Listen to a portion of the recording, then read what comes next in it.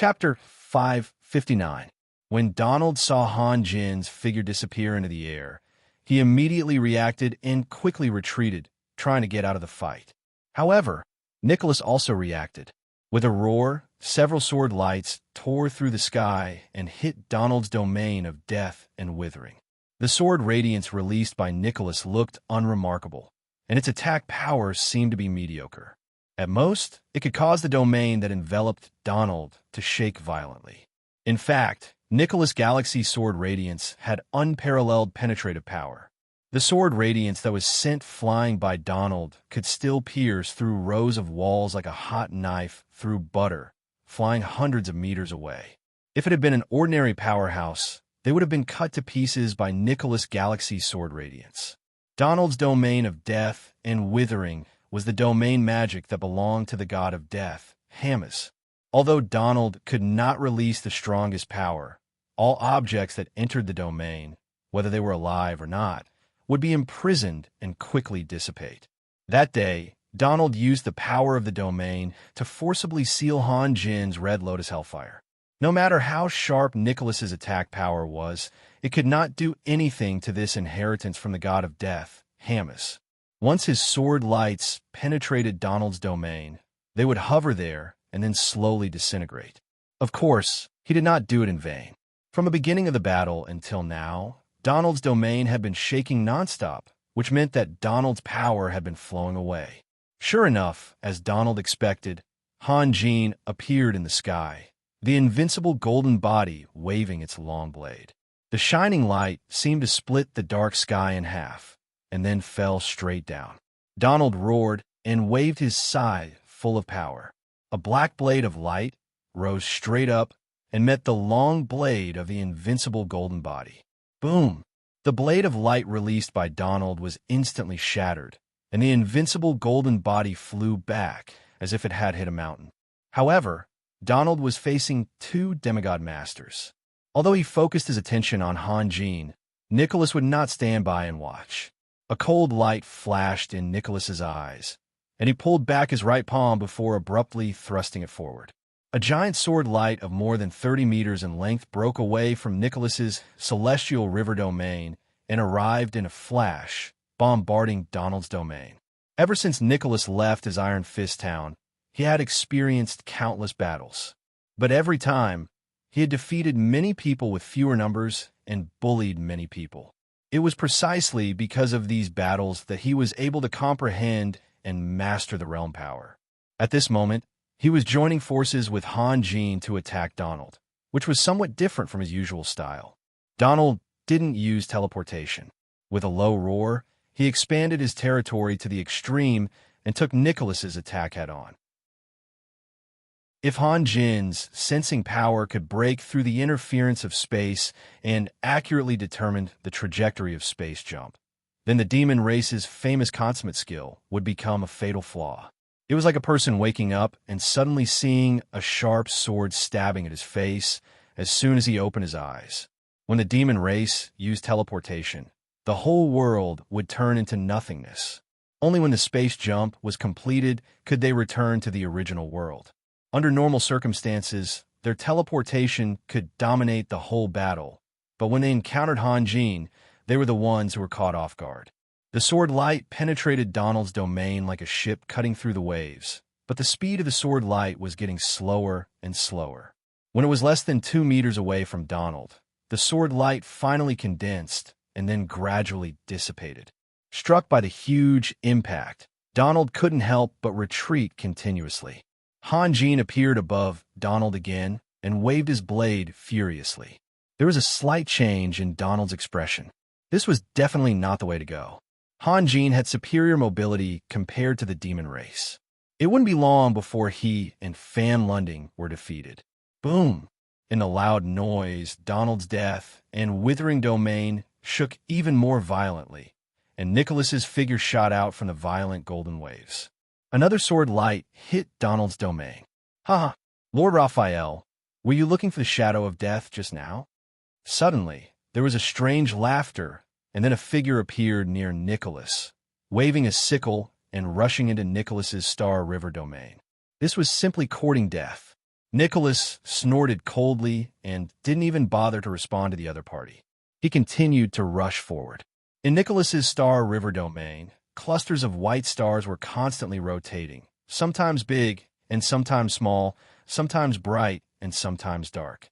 In just 2 or 3 steps, the great demon had been cut black and blue by the stars, but he still didn't give up. His eyes were fixed on Nicholas, and he staggered forward with difficulty. "Hanny!"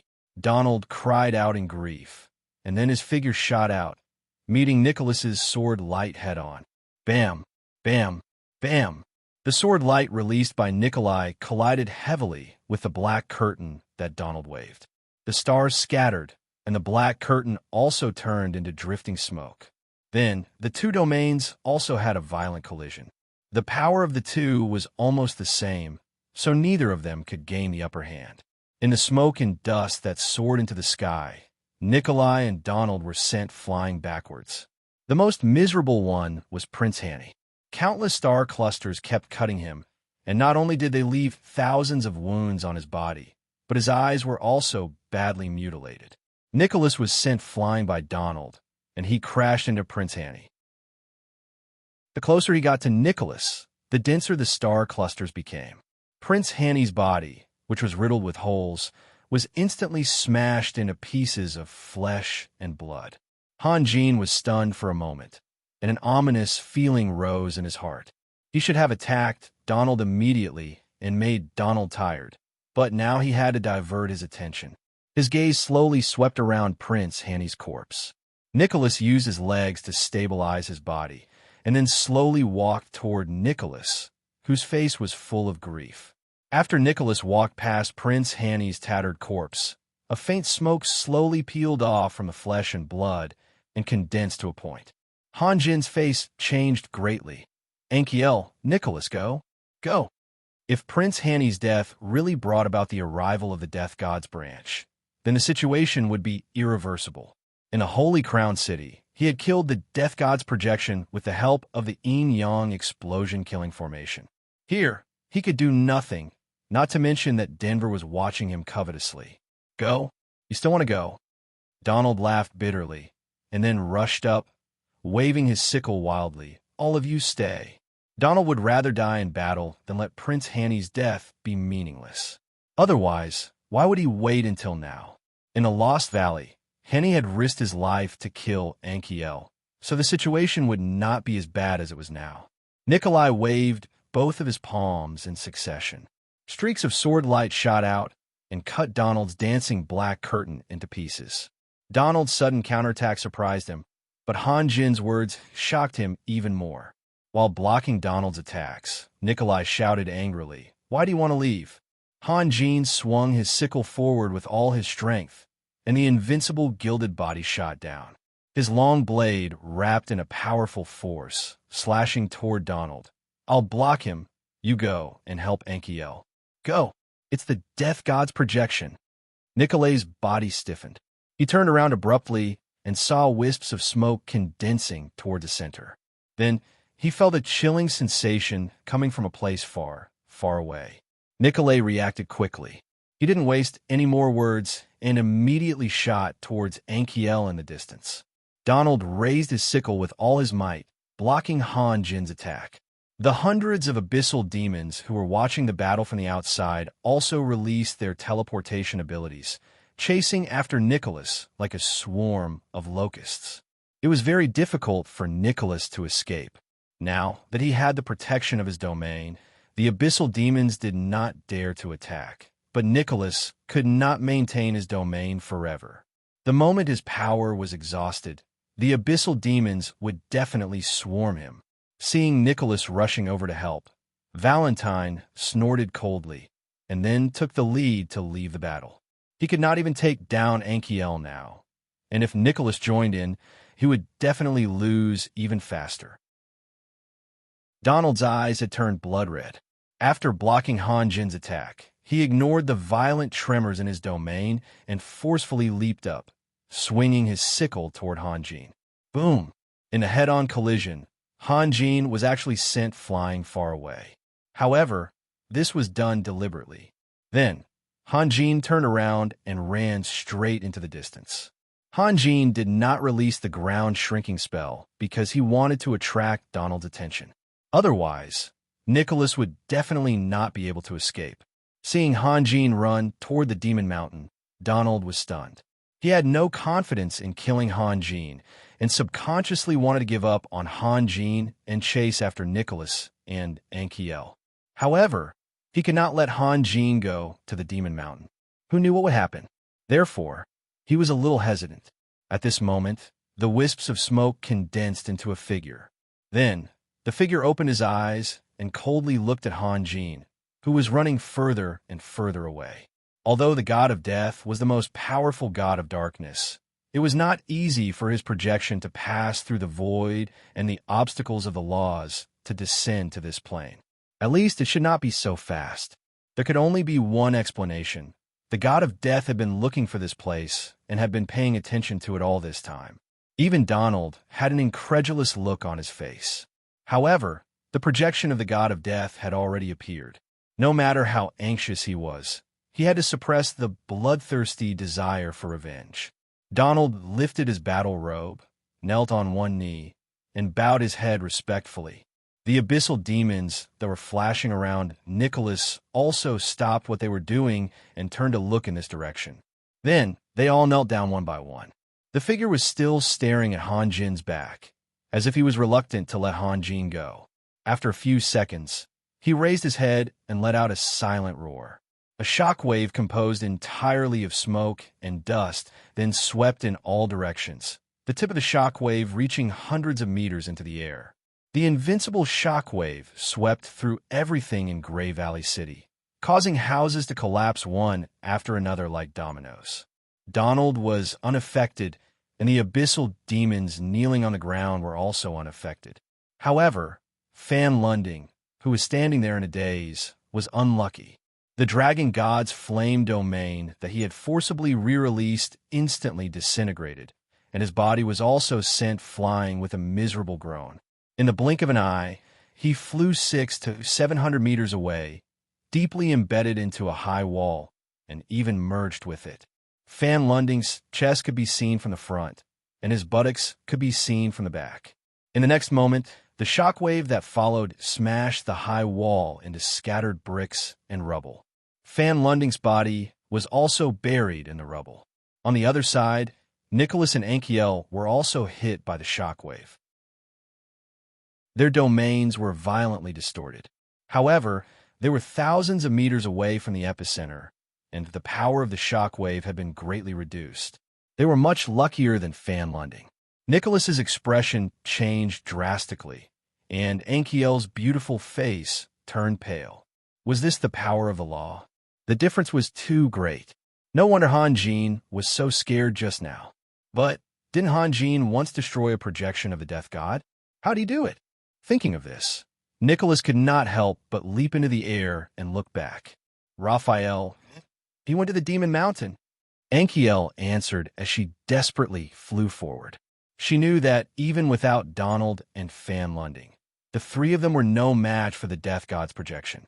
Now, they had to run as far as they could. Why are we going to the Demon Mountain? Cover us. Ankiel's answer was very brief, and there was no need to go into detail. Everyone knew that Hanjin had the protection of Mother Earth, so Hanjin's intention must be to attract all the enemies and wait for them to escape before sneaking underground. Otherwise, Hanjin would have disappeared without a trace by now. Nicholas suddenly became silent. His lips were tightly pursed, but his eyes flickered. No one knew what he was thinking. Donald's body trembled slightly.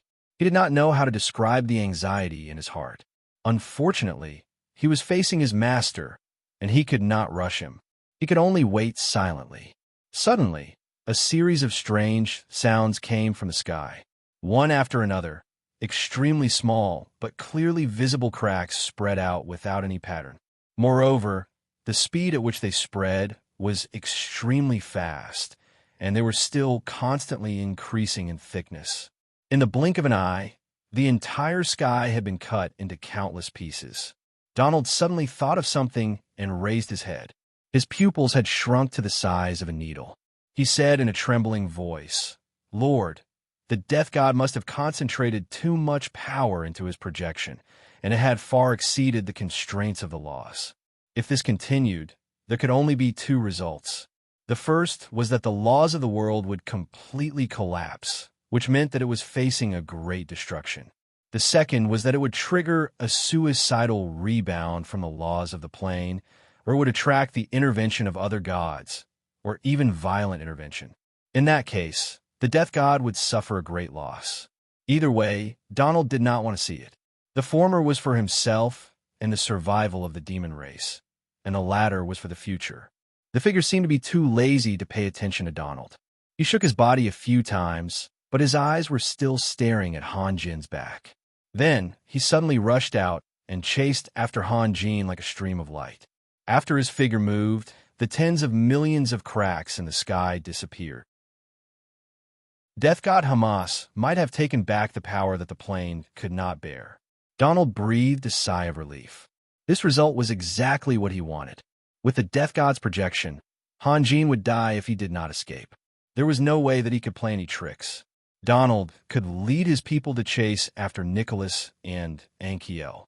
Donald stood up and was about to give an order, but suddenly he was stunned again. The battle between the demigods had only destroyed a few parts of Grey Valley City. However, the Death God's projection had let out a soundless roar that had exceeded the limits of the laws.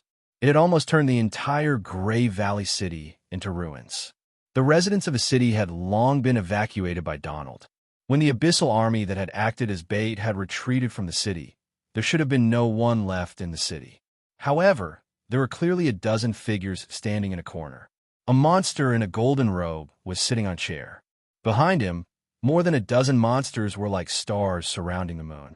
The reason why they were called monsters was because they lacked the necessary flesh and blood for life. They were all skeletons. Donald was stunned for a long time, and then his face turned pale. After a few flashes, Donald appeared in front of the skeletons with a sickle in his hand. "Denver, you've already arrived in Grey Valley City? You?" Donald was so angry that he could not speak.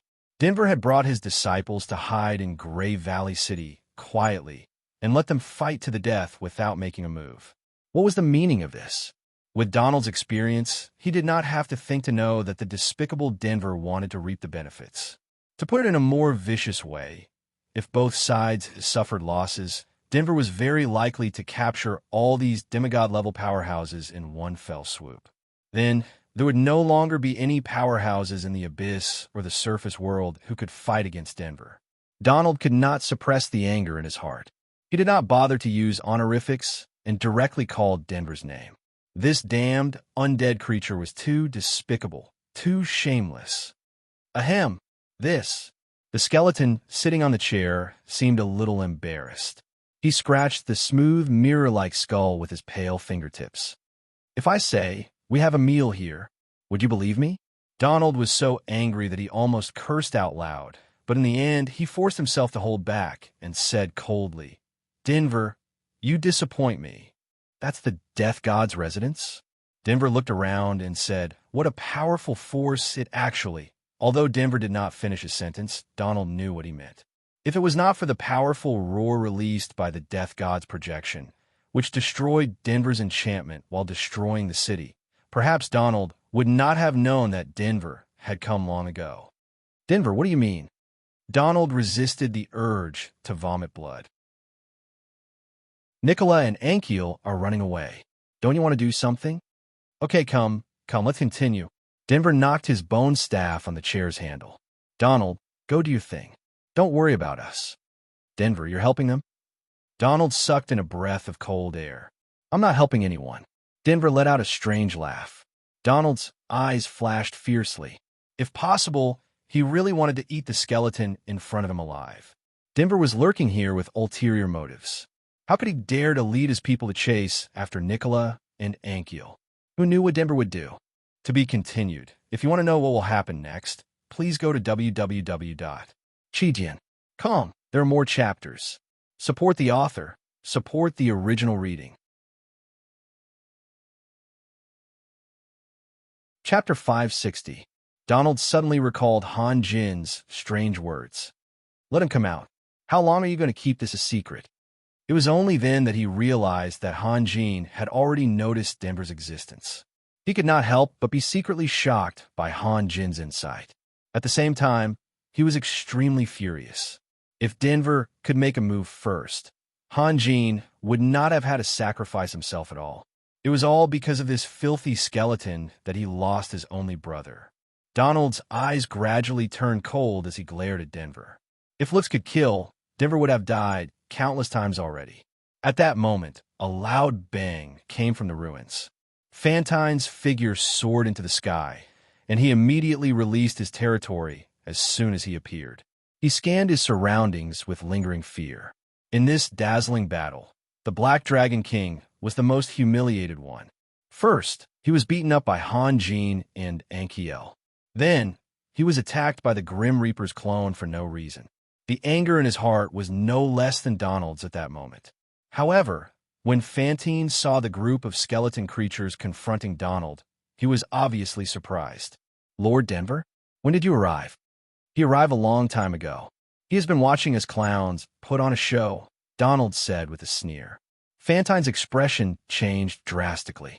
He looked at Denver and asked rudely, "Is this true?" Facing the Black Dragon King's question, Denver laughed dryly and decided not to say anything. Since things had already come to this, any words of explanation would become a feeble cover-up that was meaningless. The black fire in Fantine's eyes burned fiercely. Although he already knew that the skeleton was not a good person, he did not expect Denver to ignore the big picture and hide at the side to take advantage of the situation. Fantine was filled with hatred. If it were not for the fact that Fantine had lost at least half of his combat power due to the continuous injuries he suffered, he might have already attacked. He believed that Donald must have had the same thought. However, the problem was that Denver's strength was the most mysterious in the entire abyss. No one knew how terrifying the strength of this skeleton had reached after thousands of years of accumulation. Even at their peak, even if Valentine and Donald joined forces, they could not guarantee that they would be able to stop Denver, let alone in the current situation. After weighing the pros and cons for a long time, Fan Lunding finally suppressed the murderous intent in his heart and turned his head to look into the distance. It was the direction where Nicholas and Ankiel had escaped. Just as Fan Lunding took a step forward, Donald suddenly asked, "What are you going to do?" Fan Lunding, "Do you still need to ask?" Fan Lunding snapped, "Do you know how good of an opportunity this is?" Donald was talking to Fan Lunding, but his eyes were fixed on Denver. He put on a fake smile and said, "I really don't dare to accept such an opportunity." Fan Lunding looked at Denver and then at Donald. He did not understand why Donald would say that. "Valentine, have you forgotten what our Lord Denver likes to collect the most?" Donald's words were full of mockery. Fan Lunding came to a sudden realization. Everyone in the abyss knew that Denver loved to collect all kinds of skeletons, especially those creatures that had great power before they died. They were the objects that he would do anything to obtain. Although Denver had never shown it, Fan Lunding was sure that this guy had been coveting the skeletons of the WYRMS in the Dragon's Tomb for a long time. Before this, Fan Lunding might have believed that Denver would not do such a crazy thing. But after seeing Denver's behavior at the moment, Fan Lunding suddenly felt that it was necessary to deploy some forces in the Dragon's Tomb. No one could guarantee what this filthy skeleton would do. "I'm going back to the Demon Mountain. What about you?" Donald looked at Fan Lunding and ignored Denver, who was right in front of him. Fan Lunding actually wanted to chase after Ankiel, but he knew that as long as Denver was there, Donald would never leave the Demon Mountain. Putting everything else aside, 5 demon generals had died in Grave Valley City. If Donald left, would Denver let those corpses go? "All right, I'll go with you." After a short silence, Fan Lunding made a decision. Even without Nicholas, he was no match for Ankiel in his current state. So, he might as well try his best to improve his relationship with Donald. No matter how he looked at it, Donald was much more reliable than that skeleton. Both of them ignored Denver and sped in the direction of the Demon Mountain. Denver sat on the chair, seemingly unbothered by Donald and Fan Lunding's rudeness. His eyes were flashing red as if he was thinking about something. The 11 skeletons around him formed a circle and stood there quietly. It seemed that they would continue standing there forever without Denver's order. After a long time, Denver let out a strange laugh. "We should go too." As soon as he said that, a layer of gray mist suddenly spread out and shrouded their figures. When the mist dissipated, the skeletons had already disappeared. Han Jin's figure skimmed across the ground. Through the indestructible gilded body, Han Jin could sense that the avatar of the Grim Reaper behind him was gradually closing the distance between them. Even so, Han Jin did not want to use the ground shrinking spell. If Nicholas and Ankiel knew what Han Jin was thinking at this moment, they would definitely be shocked. This was because Han Jin's reason for doing this was that the more enemies chasing after him, the better. Was there a more ridiculous reason than this? Han Jin was being chased by the avatar of the Grim Reaper, and he actually thought that there were not enough enemies. Was this a kind of arrogance? Or extreme confidence? As the distance between them closed, the avatar of the Grim Reaper raised a finger and pointed at Han Jin from afar. The next moment, an energy ray that was invisible to the naked eye shot toward Han Jin's back at an extremely fast speed. Only the long wave of dust that the ray created when it passed through the ground allowed people to see the ray's trajectory clearly. Han Jin continued to run forward as if he did not feel anything. He only released the ground shrinking spell when the ray was about to reach him, and the distance between them was only a dozen meters. When Han Jin reappeared, the ray followed closely behind. Suddenly, a deafening explosion sounded, and a shockwave spread out with Han Jin as the center. Countless sand and dust soared into the sky, and Han Jin was thrown far away. The avatar of the Grim Reaper seemed to be very satisfied with this result, but when he raised his arm again, he realized that the distance between him and Han Jin had increased by a lot in the impact just now. In fact, Han Jin's injuries were far from being as serious as imagined. Han Jin had grasped the timing of releasing the ground shrinking spell very well. Under his deliberate manipulation, the ray had already hit Han Jin when he disappeared. However, the ray did not hit Han Jin completely, and the indestructible golden body only suffered a small part of the ray's attack. The avatar of the Grim Reaper raised his finger again, and Han Jin seemed to have seen his action before sinking into the ground. To the avatar of the Grim Reaper, this scene was incomprehensible. His finger froze in the air, and his body came to an abrupt stop. In just a few seconds, Han Jin rose up 1,000 meters away from the avatar of the Grim Reaper and continued to run forward. The avatar of the Grim Reaper was furious. With a roar, he moved again and chased after Han Jin. In terms of speed, the avatar of the Grim Reaper was much faster than Han Jin, but in terms of tricks, the avatar of the Grim Reaper was far inferior. Every time he was pulled into a dangerous distance, Han Jin would release the ground shrinking spell or hide underground. He would only reappear when the distance between the two parties had become far enough. Gray Valley City was not far from the Demon Mountain. As the chase continued, the silhouette of the Demon Mountain could be seen in front of them. At this time, Donald and Valentine had caught up, but the two demigod masters of the Abyss did not want to be the vanguard. Anyway, the avatar of the Grim Reaper had already targeted Han Jin, so they did not need to waste too much energy. Behind Donald, about 100 abyssal demons flickered.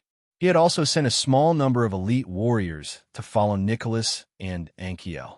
The rest of the abyssal demons were left behind by Donald in Gray Valley City. Although they were far from being able to fight against Denver, they could at least put pressure on him.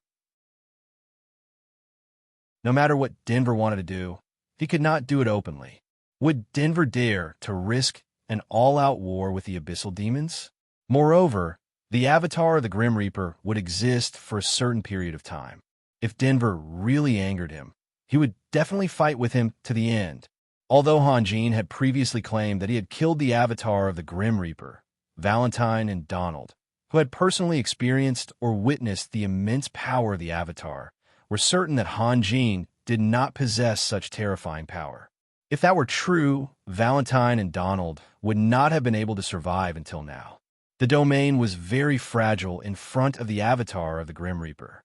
Although the power released by the avatar of the Grim Reaper was far above the power of the laws, and even almost caused the space to collapse, even if the power of the avatar of the Grim Reaper was greatly reduced, it was still not something that the domain could resist.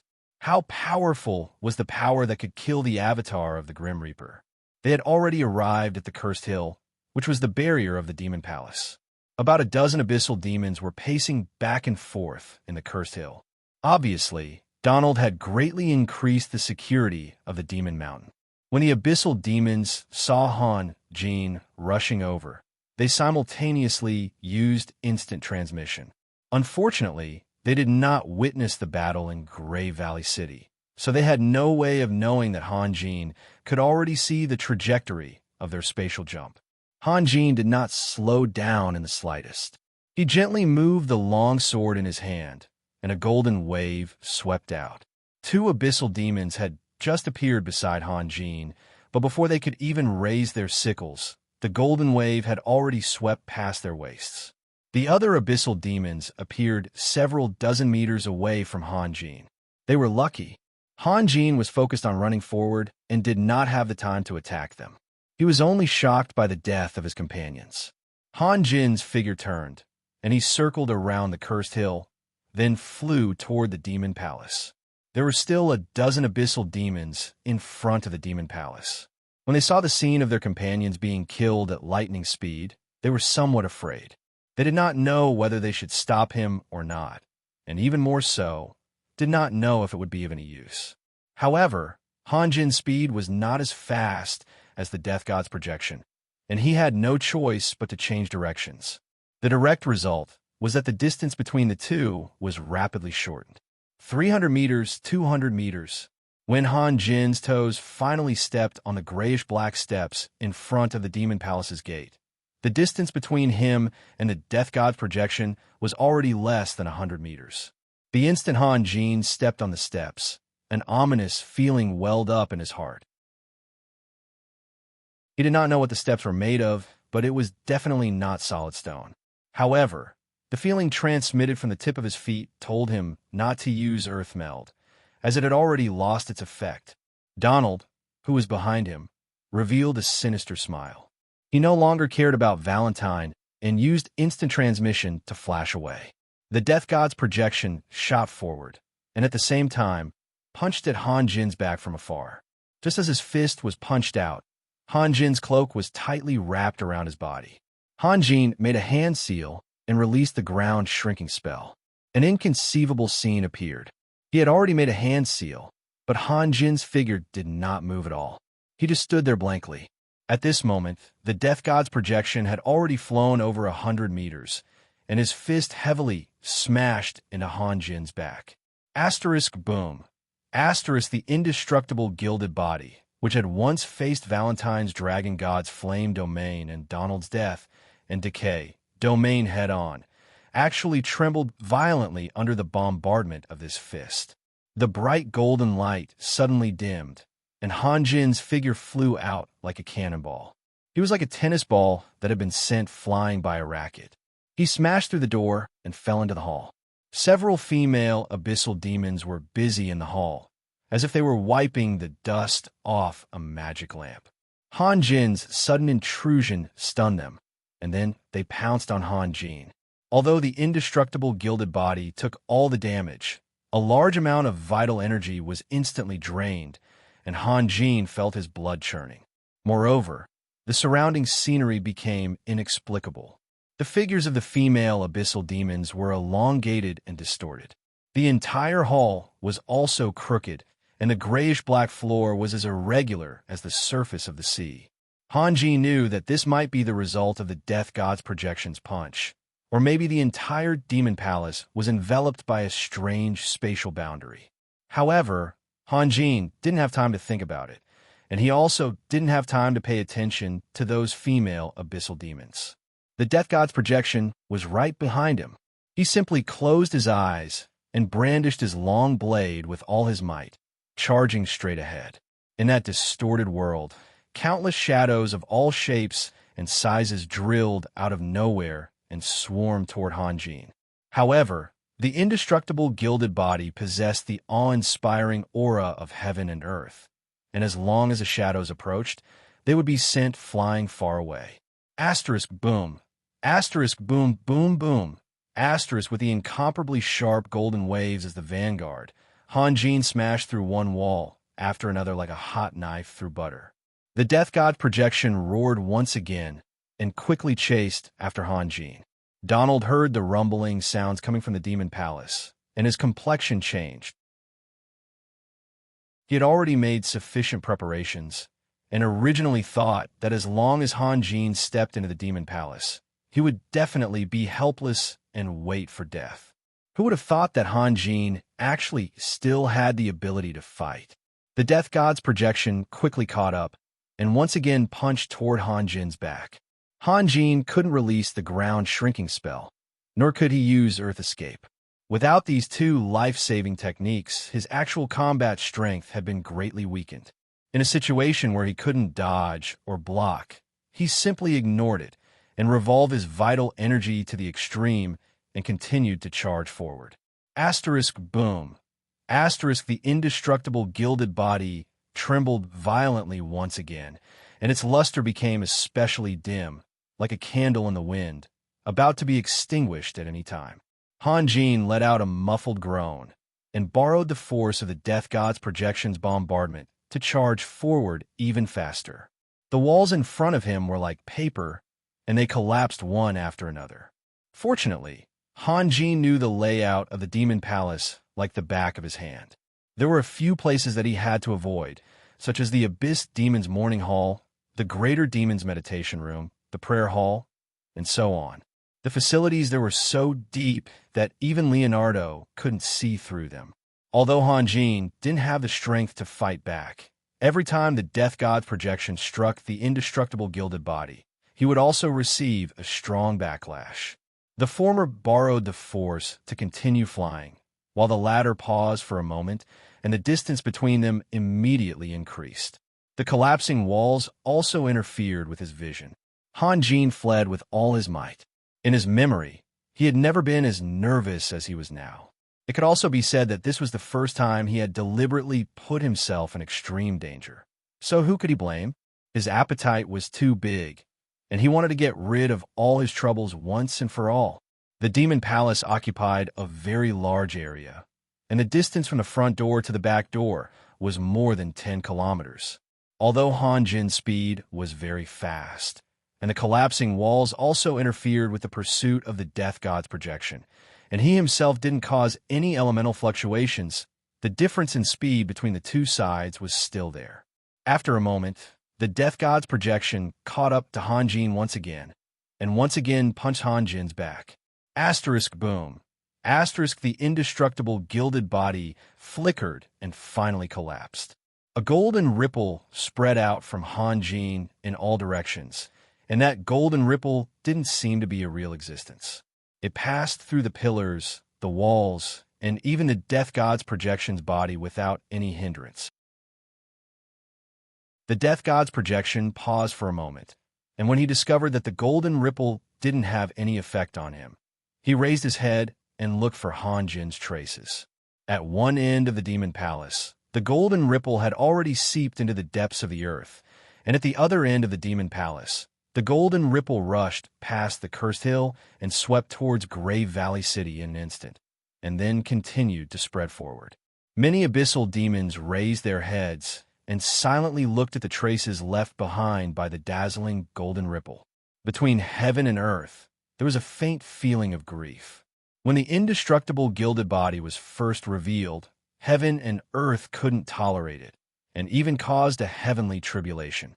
Now that the indestructible gilded body had finally collapsed, heaven and earth were reluctant to part with it.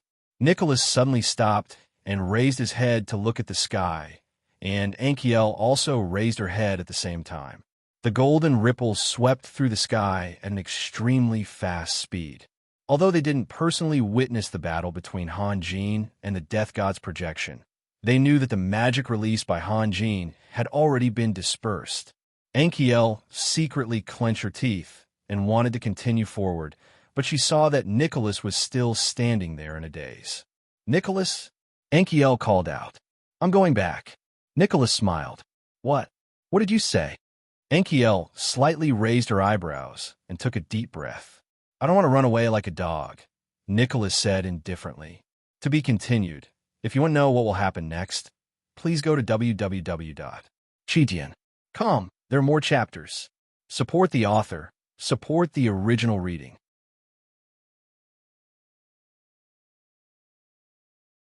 Chapter 561. The moment he lost his indestructible gilded body, Han Jin couldn't help but feel disappointed. Or rather, it was a kind of fear. Although his plan was good, the power released by the Death God's projection far exceeded his expectations. Should he give up? However, in this split second, he simply didn't have the time to think. Borrowing the force of the rebound, he continued forward, swinging the long blade in his hand with all his might. But without his indestructible gilded body, Han Jin's momentum was greatly reduced. With one strike, he only managed to destroy 3 walls in succession before his momentum was stopped. As for the last wall, only a large hole was blasted open, leaving Han Jin behind. This didn't seem to make much of a difference. Han Jin could pass through the hole in the wall if he regained his strength, but Han Jin was facing the Death God's projection. Even if he was just a second slower, the danger he faced would increase exponentially. Han Jin knew that the situation wasn't good. He immediately opened his left palm. At this time, he saw a dark pool through the wall. It turned out that he had already passed through the entire demon palace. The demon pool was right in front of him. Han Jin was ecstatic. With a roar, his figure passed through the hole in the wall like lightning, directly rushing towards the demon pool. To be precise, the demon pool wasn't a pool in the ordinary sense. At least, the water surface wasn't parallel. It was like a large whirlpool or a funnel. The deeper one went, the lower the water level. And in the center of the demon pool was a bottomless hole with a diameter of 30 meters. The water in the pool was constantly rotating, but the strange thing was that the black water didn't leak into the hole. There seemed to be an invisible force gushing out from the hole. As long as the water approached, it would be sent flying, forming an extremely regular and incessantly erupting spring. There were more than 30 young demons soaking in the pool. They should be cultivating. There were also 2 demon generals holding blood-red scythes guarding the pool. One of them held 5 or 6 scythes in his left arm, while the other was slowly dipping a scythe into the pool. As long as the scythe came in contact with the water, it would disintegrate and disperse, turning into wisps of black gas. Indescribable, mournful howls seemed to be hidden in the air, making the atmosphere particularly oppressive. Han Jin's forceful intrusion into the demon palace caused a loud noise. The demons in the vicinity of the demon pool should have heard it, but they didn't have any intention of interfering. This place was like a paradise in the abyss world. The young demons only needed to focus on their cultivation, while the 2 of them didn't want to leave. Seeing this scene, many questions became clear in an instant. No wonder the believers of the Holy See hated the demons of the abyss so much. They said that the lives killed by demons would never be able to ascend to heaven, and all the males of the demon race had to be tempered in the demon pool. Otherwise, they could not become qualified warriors. The black gas that Han Jin saw was made up of countless vengeful spirits. The disintegration of the scythes allowed them to regain their freedom, but this was only temporary. In the next moment, they would be sucked into the pool and become one with the water. The demon warriors were using the pool water to temper their scythes. They were just following the will of the god of death, Hamas, to make a container. When Han Jin saw the vengeful spirits, the 2 demon generals also saw Han Jin. They immediately threw away the extra scythes and disappeared. Go away! The projection of the god of death roared angrily. The 2 demon generals had already appeared beside Han Jin, clamping down on Han Jin from both sides. But just as they raised the blood-red scythes in their hands, the projection of the god of death roared. The 2 demon generals grunted at the same time and staggered back. Han Jin did something that could infuriate a person to death. He dragged the long sword in his hand, and the bright light of the sword swept across the neck of one of the demon generals. The demon general was almost scared out of his wits by the roar of the god of death's projection. There was no way he could dodge. Blood spurted out, and a huge head rolled into the air. The projection of the god of death only wanted to kill Han Jin with his own hands. He would never deliberately kill a servant loyal to him. Seeing this scene, his body became distorted. He raised his hand and shot a ray of light, which penetrated the back of Han Jin's head. Han Jin tilted his head, but just as he did so, the ray of light had already arrived. It shot through the back of his head at lightning speed and came out of his forehead. Han Jin's body suddenly exploded, turning into countless flying sand.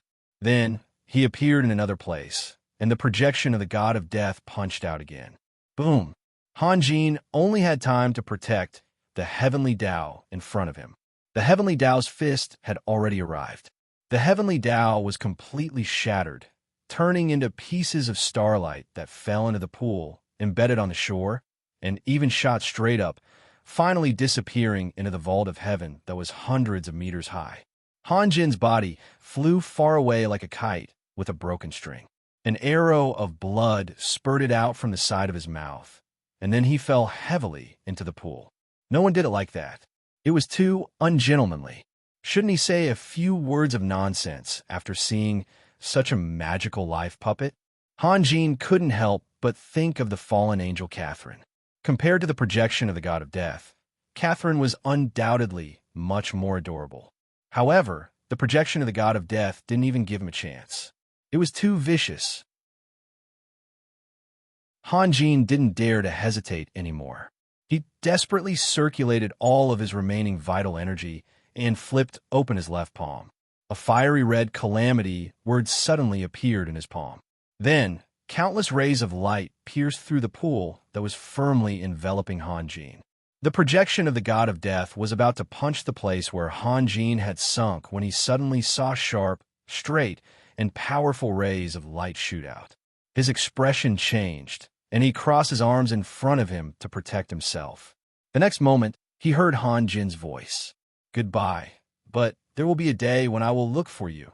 In front of the unrestrained radiance, everything became incomparably fragile. When the radiance fell on the dome of the earth, a series of deafening rumbling sound rang out, and a deep hole appeared in the solid dome of the earth. When the radiance passed through the water immediately boiled. Countless bubbles unceasingly floated out of the water, issuing firecracker-like explosive sounds. When the radiance penetrated into the demon palace, the rows of houses of different heights collapsed one after another like sand dams in front of a tsunami. The young demons who were immersed in their cultivation couldn't react in time and were blasted into countless pieces by the rays of light that penetrated their bodies. The spurting blood turned into a blood mist under the evaporation of the pool water and floated into the sky. The remaining demon general was exceptionally lucky. He still hadn't recovered from the roar of the god of death's projection. His position just happened to be behind the projection of the god of death, and he was unharmed. The only one who could resist the rays of light was the projection of the god of death. Such powerful and fierce rays of light didn't make him retreat half a step, but he was powerless to do anything. He could only block with his arms in front of his body and bitterly endure the bombardment of the rays of light. Donald and Fan Lunding, who were passing through the demon palace, were also attacked. They immediately released their domains to protect themselves, but the rest of the abyssal demons weren't so lucky. The rays of light were too dense, and they didn't know where to flee to. Some of them were standing there and were fine, but they randomly teleported and were torn into pieces by the rays of light. Some of them immediately lay on the ground, but the rays of light couldn't be blocked. If one happened to be parallel to the floor of the demon palace, one could see that the rays of light were unstoppable, plowing a deep trench in the ground. Some of the smarter ones immediately hid behind Donald and Fan Lunding. The choice of those demons was very correct.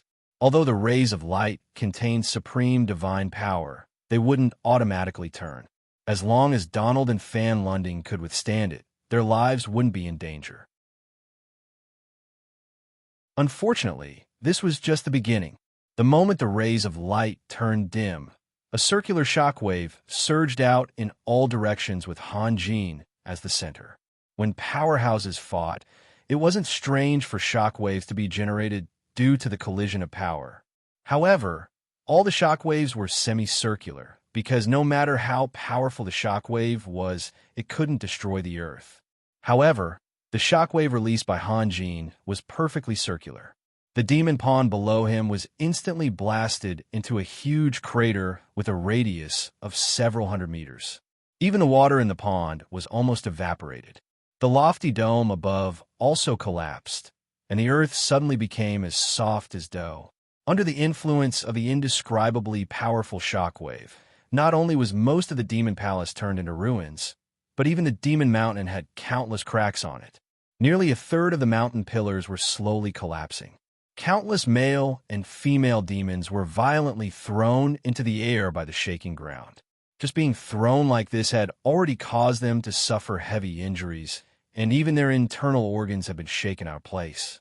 The devastated Grave Valley City couldn't stay out of this either.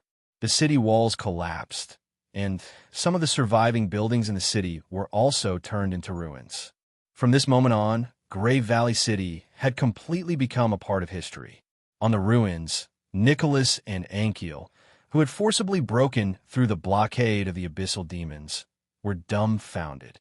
The hundreds of abyssal demons around them had also forgotten to attack. Everyone was looking at the huge light wave in the distance. Donald's guess was right. The most mysterious powerhouse in the abyss world, the Great Lich Denver, was indeed up to no good.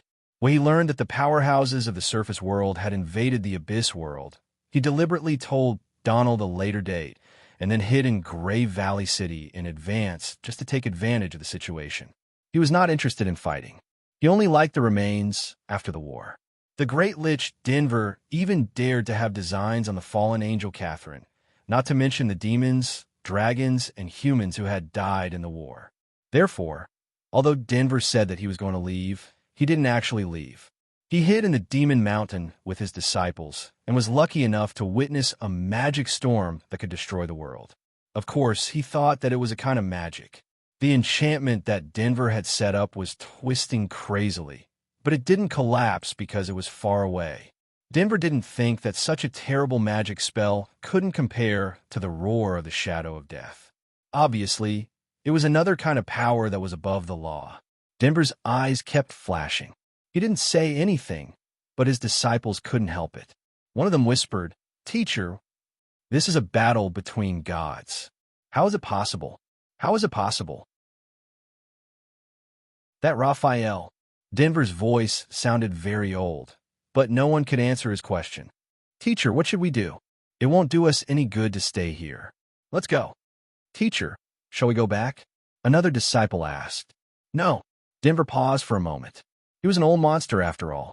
His will was very strong. After losing his composure for a short while, he regained his composure. In the next moment, Denver laughed strangely and said, "Let's go to the Sulphur Plains. Valentine should have left us many treasures." In the center of the explosion of the shockwave, the remaining demon general's luck had come to an end. The moment the shockwave exploded, his body turned into ashes. Even the space magic crystal that he left behind was destroyed by the shockwave. Nothing could survive the heavenly apocalyptic fire, including the earth and magic crystals. Other than the shadow of death that was equal to the law, everything was disintegrating and melting. The shadow of death couldn't withstand such a violent impact. Like a fly that was swatted away, he flew out diagonally and landed heavily in the depths of the crater. However, it wasn't over yet. At this moment, Han Jin's figure could no longer be seen. He was engulfed by a huge ball of fire that was 500 to 600 meters in diameter. The ball of fire continued to expand, becoming bigger and bigger. It was like the sun that was pulled closer. Mud, sand, and distorted armor melted as soon as the ball of fire came close. The shadow of death was deeply embedded in the ground. Even though he wasn't dead and still retained some power, he couldn't do anything. He could only watch as the ball of fire burned him. The weight of each ball of heavenly apocalyptic fire was unimaginable. In fact, The shadow of Death's body was almost crushed into pieces. He couldn't even move a finger, let alone resist. The demonic pool that was close to 1,000 meters wide followed in the footsteps of Grey Valley City. It was now history. All the water in the pool had disappeared. As the heavenly apocalyptic fire expanded, the crater in the ground became bigger and deeper. The shadow of Death looked like he was in pain. Every second he was burned, he lost a part of his power. He was indignant, but there was nothing he could do. The black hole in the center of the demonic pool had been burned through by the heavenly apocalyptic fire. At the bottom of the hole, a black crystal shone with a dim light. As the heavenly apocalyptic fire approached, countless runes suddenly bloomed, forming streaks and streaks of turbulent elemental currents. However, the moment it came into contact with the heavenly apocalyptic fire, the seemingly ferocious elemental turbulence disappeared without a trace. The projection of the god of death seemed to have sensed something and tried his best to open his mouth and let out an indignant roar. However, his face and body were both crushed and deformed. In the end, his voice sounded very similar to the whimpers of a dying beast. After a few breaths of time, the heavenly apocalyptic fire finally touched the black crystal shard. A dim light flashed, and the crystal shard melted into a drop of black water. Under the burning of the heavenly apocalyptic fire, it turned into wisps of white smoke and disappeared completely. The death god projection's eyes were filled with venom. At the last moment, he managed to break free from the suppression of the heavenly apocalyptic fire and roared, "Raphael, I'll wait for you." Before he could finish his sentence, his body had already exploded violently and turned into countless wisps of smoke. No, no. In the demonic palace, Donald was also roaring. If not for Fan Lunding holding him back, he would have charged forward. The demonic palace, which occupied a vast area, was now in ruins. Furthermore, under the burning of the heavenly apocalyptic fire, flames rose into the sky. For a leader, there was nothing more painful than the destruction of his ancestors' foundation in his own hands. Looking at the collapsed mourning hall and the burning prayer hall, Donald was about to go crazy. Fan Lunding's eyes were filled with fear. Logically speaking, the Black Dragon tribe should not be afraid of magic. However, he knew that if he really got close to the ball of fire, he would also be melted. This was because even though he was hundreds of meters away, he could still feel the pain all over his body. The heavenly apocalyptic fire was still expanding. Its diameter had already reached 1,000 meters. Even Nicholas and Ankiel, who had just rushed out of Grey Valley City, could clearly see the huge ball of fire. The top of the heavenly apocalyptic fire merged into the sky, while the bottom of the heavenly apocalyptic fire also merged into the depths of the earth. From afar, it looked like the sun was covered by clouds. It was just that its surface area was slightly larger. No one knew whether it was sunrise or sunset. However, regardless of whether it was the former or the latter, to the Abyss world, it meant destruction. On the ground, Nicholas' Iron Fist City, Grand Duke Solomon's capital of elements, Han Jin's Holy Crown City, Chisholm's Cold Shadow City, and the Freedom Federation that Han Jin had just conquered. Everyone, regardless of where they were from, saw this spectacle. A huge gate of heaven, which occupied almost half the sky, slowly appeared. However, there was no angel. After about half an hour, the gate of heaven slowly disappeared again. Who? Alarmed the Archangel of Power Alpha. Grand Duke Solomon stared at the gradually disappearing gate of heaven and muttered to himself. On the other hand, Catherine, the fallen angel on the god of war in Esnearly City, slowly lowered her head. She did not dare to look directly at the gate of heaven. It was not that she was afraid of the Archangel of Power Alpha, but she did not want to implicate others, especially her lover that she had lost and then regained. The priests and knights of light in the Holy Crown City let out frantic cries. Some people could not control their emotions. They actually knelt there and even cried out loud. Had the heavens finally discovered the suffering of their believers? Even Adolf, on the god of war, had tears in his eyes and his fists tightly clenched together. However, Some people were happy, and some people were sad.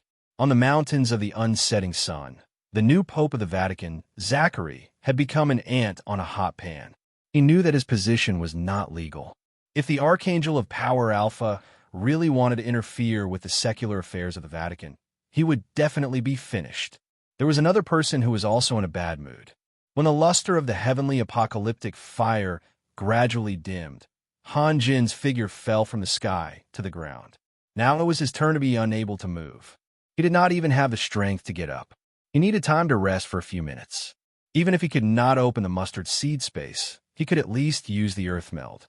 The enchantment of the demon palace had been destroyed by him, so there should be no problem. However, did he have the time? According to the plan, he should have lured Donald and Valentine in together. But who knew that the Death God's projection would be so uncultured, and his attack power was far beyond his expectations. He did not dare to take the risk, and he did not dare to wait. Now, it all depended on Donald's courage.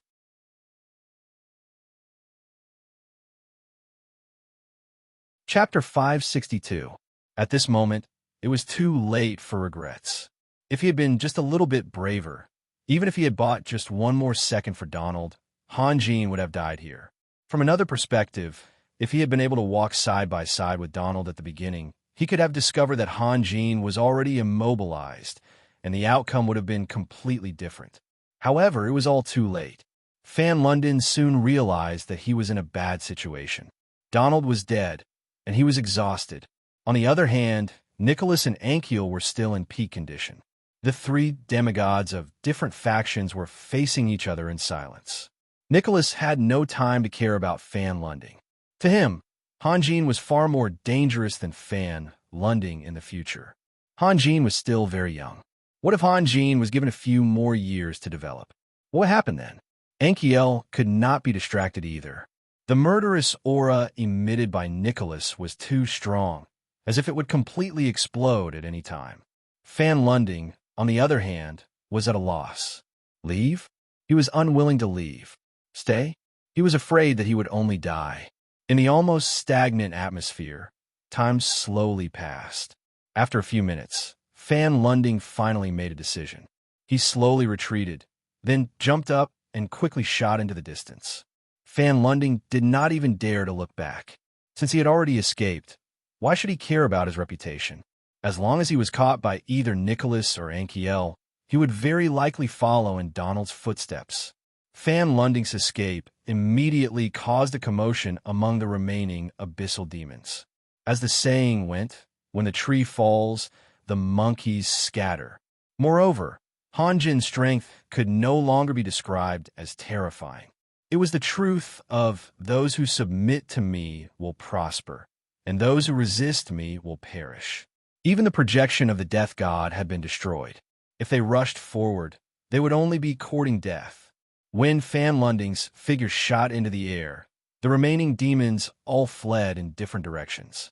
It could only be said that their hearts had already scattered. The two demigods who had the strength to chase after Fan Lunding were still standing there quietly, as if they did not take Fan Lunding's escape seriously. "You're not chasing?" Nicholas looked at Ankiel. "Why didn't you chase after him?" Ankiel asked. "I'm not Valentine's enemy." Nicholas shrugged and turned to Han Jin, who was lying on the ground. "Raphael is not your enemy." Ankiel's eyes turned cold. Nicola's attitude was too unscrupulous, which made her very angry. "Don't forget, there's still Denver. You don't have to look at me like that, right?" Although Nicholas didn't raise his head, he could sense the surging fighting spirit in Ankiel's eyes. "If I really wanted to kill him, wouldn't it be easier if I did it a little later? And you're right, there's still Denver." However, Nicola's words, which had started out tough and then became submissive, could not win Ankiel's trust at all. She did not refute and continued to look at Nicola coldly. At this moment, Han Jin moved. He pinched Donald's scythe with his fingers and pulled out forcefully. Although it was a bit difficult, as he had only recovered a little bit of his strength, he was not used to lying on the ground. Ankiel, on the other hand, had used all of his energy to confront Nicolai, so he couldn't count on him. Could he do it himself and have enough food and clothing? However, Donald's scythe was stuck firmly in the ground. No matter what, that was Donald's last attack. Han Jin tried for a long time, but only managed to loosen the scythe a little. However, the wound on his neck tore open again, and blood flowed slowly along the smooth, mirror-like ground. "Raphael, are you okay?" Ankiel asked hurriedly when she heard the movement behind her. Han Jin was a little exhausted, so he had to give up for the time being. He closed his eyes again and quietly adjusted his breathing. Seeing that Han Jin did not answer, Ankiel slowly took a step back and quickly glanced at Han Jin. Then, she reached out and grabbed the handle of the scythe and suddenly pulled it out. Han Jin abruptly opened his eyes. He could endure the severe pain, but Ankiel's action was too abrupt and had completely disrupted his breathing. Ankiel did not have the slightest sympathy for the fairer sex. She casually threw the scythe to the side, turned around, and continued to look at Nicholas. She did not even say a word of concern. Meanwhile, Nicholas's gaze was fixed on Han Jin. Han Jin sat up as if nothing had happened. He cast a spell again, and a white light appeared in his right palm. The next moment, Han Jin placed his palm on the wound on his neck. To Nicholas, a tragic miracle appeared. He could clearly see that Han Jin's wound was slowly healing. After a moment, Nicholas could not help but sigh softly. He then turned to Ankiel. "I'm curious. Why are you protecting him like this?" "That's my business," Ankiel replied. "It's just a small ring. Is it that big?" Nicholas chuckled. "I guess I can guess what you're thinking." Han Jin smiled and naturally changed the topic. "Before Donald died, the three of us were partners who fought side by side. It was reasonable for you to save me. Even if you knew that a war would break out between us after we returned to the surface, you would still do so. Without such awareness, you wouldn't be qualified to break through the barrier and become a demigod." In fact, Han Jin's judgment of Nicholas had changed greatly. In the past, he only viewed Nicholas as an enemy, but now he admired and respected him. Even if Nicholas really wanted to kill him, he still believed in his own observation. Everything else aside, the fact that Nikolai had returned proved that he had a self-respecting, proud, and confident heart. It was the nature of all intelligent beings to seek advantages and avoid disadvantages. However, Nicholas knew that there were tigers in the mountains, but he still chose to go there. Perhaps it was because of his courage and willpower that Nicholas could go so far. As for Jedis, who had grown up with Nicholas and was also extraordinarily talented, he had been left far behind. Yes, Nicholas sighed again. That's why I made a move. In fact, both of them had deliberately avoided the most important part. When Nicholas attacked Donald, he didn't expect that Donald would be so defenseless, let alone that Donald would be killed so easily. What's more, in that split second, he didn't have time to think at all. Everything he did was out of instinct, because they were each other's recognized companions. Of course, it was only temporary companions. Ankiel frowned slightly. She could still feel the strong, murderous aura from Nikolai, but after Valentine escaped, there were no more enemies nearby that were worthy of Nikolai's attention. It went without saying who his murderous aura was directed at. But Donald is dead now. Since there's no common enemy, it's only logical for you to kill me. After I die, no one on the surface can stop you. Am I right, Nikolai? You're wrong, Nicholas said softly. First of all, you shouldn't have ignored the honorable frost dragon, Miss Ankiel. Secondly, you don't understand what my dream is. Raphael, in your eyes, am I, Nicholas, living such a superficial life? Ha! No one can stop me from conquering the continent. Am I satisfied? Oh, what's your dream? Han Jin's eyes lit up little by little. You're asking the obvious, Raphael. Nicholas laughed. You, me, and Miss Ankiel, we've already come this far. There's also Denver and Valentine. Dream. Dream? Do you still need to ask? The atmosphere suddenly became strange. Even Ankiel was breathing heavily. If they were still doubtful about Han Jin's inheritance, the answer was no longer in doubt after witnessing the power of the heavenly apocalyptic fire. Both sides of the battle had displayed power that surpassed the laws of nature. They understood that Han Jin's true strength was already above theirs. From the beginning of the Age of Heroes until today, Han Jin was the strongest person closest to the gods. More importantly, Donald once said that Han Jin controlled a huge system of cultivation. This meant that the fundamental difference between Han Jin and them was that they didn't know what to do in the future. They were like travelers groping in the dark night, but Han Jin could make plans that they couldn't imagine. Following the direction of the huge system of cultivation, he advanced step by step steadily. Not to mention the speed, at least he wouldn't go astray.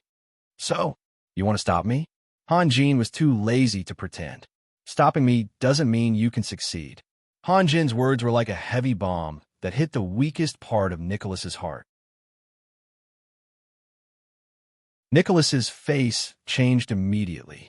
For many years, Nicholas had always thought of himself as the most outstanding man, or rather, the most outstanding person. Han Jin's appearance was a huge blow to Nicholas. He didn't want to admit it, but he had to admit it. Therefore, he really wanted to take advantage of this time to kill Han Jin. Han Jin was telling him that even if he could kill him, he would no longer be the most outstanding person. He would always be stronger than him. Nicholas's face kept changing. After a long time, he let out a long sigh. Raphael, you're just luckier than me. You know what? Luck is also a kind of ability, Han Jin said with a smile. Nicholas was speechless for a moment. After a pause, he turned his gaze to Ankiel and slowly said, Ankiel, I think you should know what I want to say. This Lord Raphael had always been hostile to the colossal dragon clan. Dragon Slayer, do you understand? Why? Are you not willing to coexist peacefully? Ankiel finally opened her mouth, but Han Jin and Nicholas were a little dumbfounded. They didn't expect Ankiel, a frost dragon, to say such childish words. In troubled times, peace was nothing more than a fig leaf that the weak used to cover their private parts. It was nothing more than a final struggle. Why? The continent is so big. Ankiel's tone was a little hurried. Can't it accommodate the two of you? Can't it accommodate you and the dragons? Nikolai and Han Jin looked at each other. They didn't know what to say, but they could see that Ankiel was very serious. Nikolai didn't dare to refute because he wanted to draw Ankiel to his side, while Han Jin didn't want to hurt Ankiel's feelings because he hadn't repaid Ankiel for saving his life. Ahem. Nicholas coughed dryly. Ankiel, can't you see that this Lord Raphael is a threat to the dragons? I believe that if I pray for peace from him, he will repay me with peace, Ankiel said. Why you trust him so much? Nicholas was almost dumbfounded. When Nicholas spoke, Han Jin also opened his mouth. Obviously, this was what he wanted to ask too. Ankiel didn't say anything. Han Jin felt more and more strange. He vaguely felt that Ankiel's trust in him was built on a very inexplicable but very deep foundation. After a long silence, Han Jin said, "We didn't meet Denver." Denver? That great lich? This time, even Ankiel was a little surprised. How'd he meet him? Denver has always been in Grave Valley City. Han Jin trusted his senses. There was no other explanation for that extremely strong demon aura other than Denver. Nikolai and Ankiel furrowed their brows and fell into deep thought. If Denver had participated in the battle in Grave Valley City, then the situation would undoubtedly have changed completely. However, why hadn't they seen Denver's figure from the beginning to the end? This was obviously somewhat illogical. That guy probably fooled Donald too, Nicholas said after some thought. This was the only explanation. With the Great Lich, Denver, lying in ambush, there was no need for Donald to sacrifice his brother to summon the projection of death. So, you mean that the war between the Abyss world and the Surface world has only come to an end, but it hasn't really ended? Nicholas was at a loss, so he could only accept Han Jin's explanation. That depends on what Denver does. Han Jin recalled while saying, as far as I know, Denver seems to be very interested in the bones of all creatures, and the more powerful they are when they were alive, the more interested he is. Nicholas raised his eyebrows. Including demons and dragons? Not only that, Han Jin said with a smile. Denver once targeted the fallen angels. Both Nikolai and Ankiel gasped. If that was the case, then Denver's appetite was a little too big. However, this was the reason why Denver was only lurking at the side and did not make a move. Nicholas's frown deepened. If what Han Jin said was all true, then he had to re-examine the relationship between them.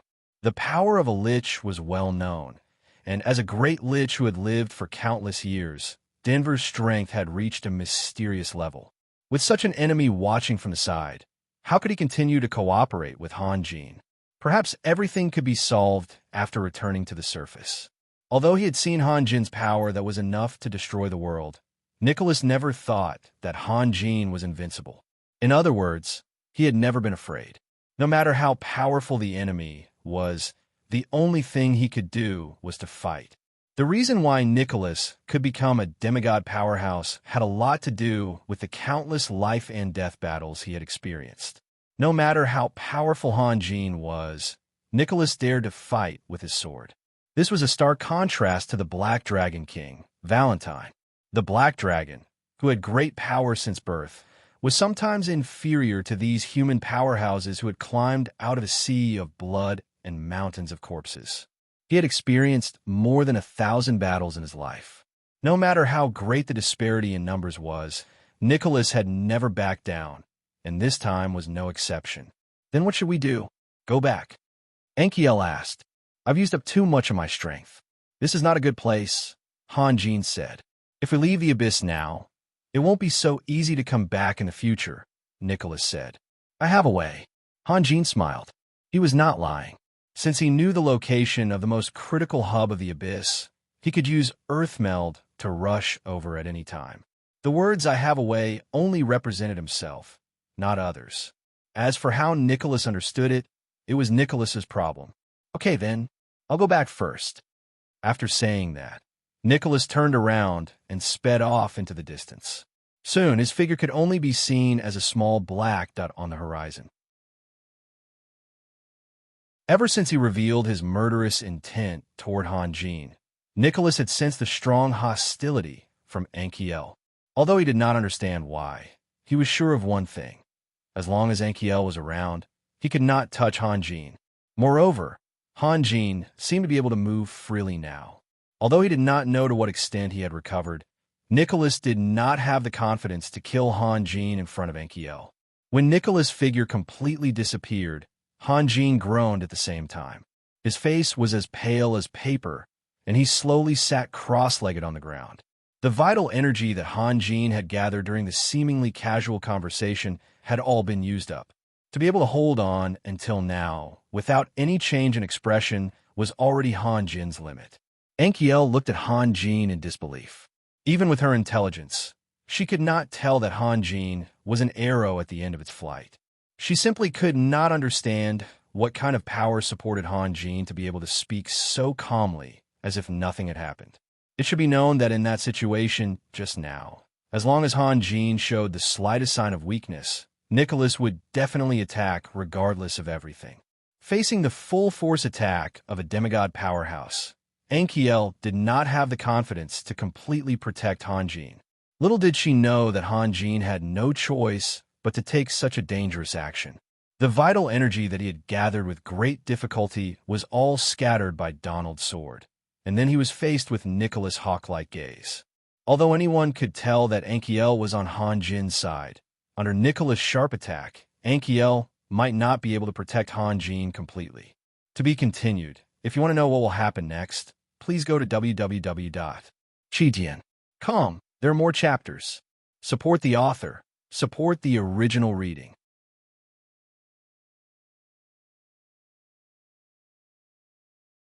Chapter 563.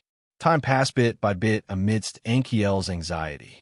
Enkiel, who had experienced countless years, had never felt that time passed so slowly. The Abyss world was not safe. Either Nicholas' return or Denver's appearance would pose a fatal threat to Han Jin. Fortunately, nothing unexpected happened. The Demon Mountain, which had once been glorious, was now empty. It could even be said that there were no longer any abyssal creatures active within a radius of 100 miles around the Demon Palace. The heavenly apocalyptic fire's power was comparable to that of a god, causing the demons to flee in panic. The low-level abyssal creatures did not even dare to come close. After an unknown period of time, Hanjin finally opened his eyes slowly. The first thing he saw was Enkiel's back. Although Hanjin did not know why Enkiel trusted him so much, Hanjin could feel that everything Enkiel did was from the bottom of her heart. There was no falsehood in it. Hanjin closed his eyes slightly. Today was a game of certain death. He was first saved by Nicholas, and when Nicholas wanted to kill him, Enkiel stepped forward bravely. In fact, he could not understand. His method of fooling Dragon City and the Dragon Realm had already been exposed. Enkiel definitely knew what had happened. If so, why was she still so determined to protect him? Was it to uncover the secrets of the eighth element? Or was it really for peace?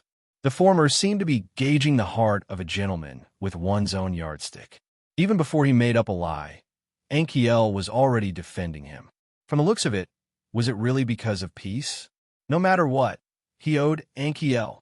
At this thought, Hanjin let out a soft sigh. Hearing Hanjin's sigh, Enkiel hurriedly turned her head. Seeing that Hanjin had woken up, she heaved a sigh of relief. "You're finally awake." Hanjin smiled. In fact, everything that happened in the outside world was within his perception. Only when Nicholas had just left was the most dangerous moment. After accumulating enough vital energy to release Earth Meld, Hanjin was confident that he could escape unscathed no matter who came. However, Hanjin naturally could not tell her the truth. "Thank you," Hanjin said sincerely. A smile hung on the corner of Enkiel's mouth. Then he shook his head as if this was just a trivial matter. Then he smiled and said, "We should also go. I wonder what has happened to the surface." "Oh," Hanjin muttered. Since he had no clue, he did not think about it anymore. He decided to ask Enkiel's origins in detail when he returned. However, he did not want to leave immediately.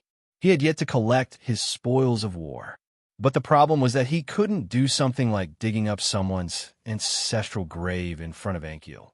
Could he? Enkiel would easily think of the giant dragons that had died by Hanjin by his hand by her. "What's wrong?" Enkiel asked in confusion when she saw that Hanjin didn't move. By Enkiel's by her, by's question by's by means by Enkiel. By's Enkiel did not notice Hanjin's insincerity and thought that Hanjin had discovered something strange. "Have you heard of the domain of gods?" Hanjin threw out the bait. Enkiel's expression immediately became solemn. According to the legends, the gods had their own unique world. It was a brand new world that belonged only to the gods. Enkiel had heard of this legend a long time ago. But what was Hanjin's intention in mentioning it at this time? Had he discovered something? Thinking of this, Enkiel's breathing started to become hurried. Seeing Enkiel's expression, Hanjin knew that his method had worked. He then continued in a gloomy tone. "In truth, the distance between a demigod and a god is only a single step. However, the vast majority of powerhouses are unable to cross this step in their lifetime. Not the vast majority, but rather none." Enkiel let out a low sigh in her heart. She had a deep understanding of Hanjin's words. It was just like an ordinary warrior. Even if they immersed themselves in bitter training all day long, their chances of successfully breaking through a barrier were very small. Enkiel had also relied on a strange opportunity to cross that barrier and become a demigod domain expert, standing shoulder to shoulder with Black Dragon King Valentine and Golden Dragon King Milu. And after becoming a demigod expert, if one wanted to take another step forward, it was not something that could be solved by pure training. Countless powerhouses had been searching for this secret for countless years, but no one had been able to reach the other side. The so-called domain of the gods is another space opened up by the gods with inconceivable power. In that world, the gods themselves represent the supreme law. This is the fundamental difference between us and gods. Hanjin was not deceiving Enkiel. He was merely changing the meaning of the Taoist paradise. The difference between the immortals of that world and the gods of this world should not be that great. After reaching a certain height, regardless of whether it was Taoist magic or magic, they were no longer constrained by formality. Actually, the laws of the same world differ in strength. For example, if the laws of our world are a drop of water, then the laws of the domain of the gods are a surging river. Do you understand now? What was familiar to Hanjin was a huge shock to Ankiel. No one had ever explained the mystery of the domain of the gods to her in such a straightforward manner. At this moment, Ankiel felt as if she had returned to school. She stared at Hanjin without blinking, not wanting to miss a single word that Hanjin said. Although I can't take you to see the real domain of the gods with your own eyes, I can put you in a space similar to it. Although I don't know if it will really be useful to you, I think it might be able to give you some inspiration. Hanjin looked at Ankiel and said with a smile, "Your help to me cannot be repaid with a simple word of thanks. I hope you can accept my sincerity." Ankiel was so nervous that she felt her mouth dry up. It was as if her heart had stopped beating at this moment, so much so that she did not hear the rest of Hanjin's words clearly. What did this mean? Could it be that Hanjin had already touched the world of the gods? To a demigod powerhouse like Ankiel, it was very difficult for anything to move her. The reason she retaliated against the attack of the Abyss world was because Donald had invaded her domain and violated her dignity, thus posing a threat to the WIRMS. However, everything that Hanjin said was like a heavy bomb that stirred up huge waves in Ankiel's heart. The domain of the gods was a world that only existed in the fantasies of powerhouses since ancient times. Ankiel could not believe that she actually had the chance to understand the mystery of it. "Can I really?" Ankiel's voice was already a little hoarse, but she was unaware of it. "As long as you're willing, of course." As Hanjin spoke, he clenched his fists, and his 10 fingers danced like butterflies among flowers. In an instant, he changed dozens of spells, dazzling Ankiel. When Hanjin stopped, a thin layer of sweat appeared on his forehead. It was obvious that Hanjin had expended a lot of energy in that short period of time. "Are you ready?" Hanjin asked. The entrance to the mess in space was invisible, but Hanjin believed that Ankiel could detect its location. Ankiel didn't say anything. She just stared blankly in front of her. Although the place she was staring at was empty, Ankiel could clearly sense that there was a mysterious aura there that was slowly opening up. "I'll need your cooperation from now on." Hanjin spoke very slowly, trying his best to avoid fluctuations in his tone so as to avoid causing Ankiel to misunderstand. After hearing Hanjin's words, Ankiel slowly turned her head and looked at Hanjin with some reluctance. "Raphael, you don't have to be so careful. I believe in you. Tell me, what do you need me to do?" Ankiel did not use any honorifics in her words, but it sounded even more pleasing to Hanjin's ears. Ankiel's unreserved trust in Hanjin inexplicably gave rise to a warm feeling in his heart. "You don't have to do anything. No matter what happens later, just don't resist." "Understood." Ankiel nodded. Her gaze then fell on the invisible air, as if something there was attracting her. As Hanjin struck Ankiel with the incantation, a strange feeling that she had never experienced before enveloped her. It was as if the space around her had suddenly collapsed, or as if she had suddenly been thrown to the top of a high wave and then immediately fell to the bottom of the valley. The strong feeling made her feel dizzy for a moment, but she still suppressed the fear of the unknown in her heart and remained motionless. Hanjin could not help but feel a little embarrassed when he saw this unconditional trust. Ankiel's perception seemed to take a long time, but in fact, from the moment Hanjin struck the incantation to the moment Ankiel's figure disappeared, only a split second had passed. This was a vast world. The land stretched as far as the eye could see beneath Ankiel's feet, and the sky was high and boundless above.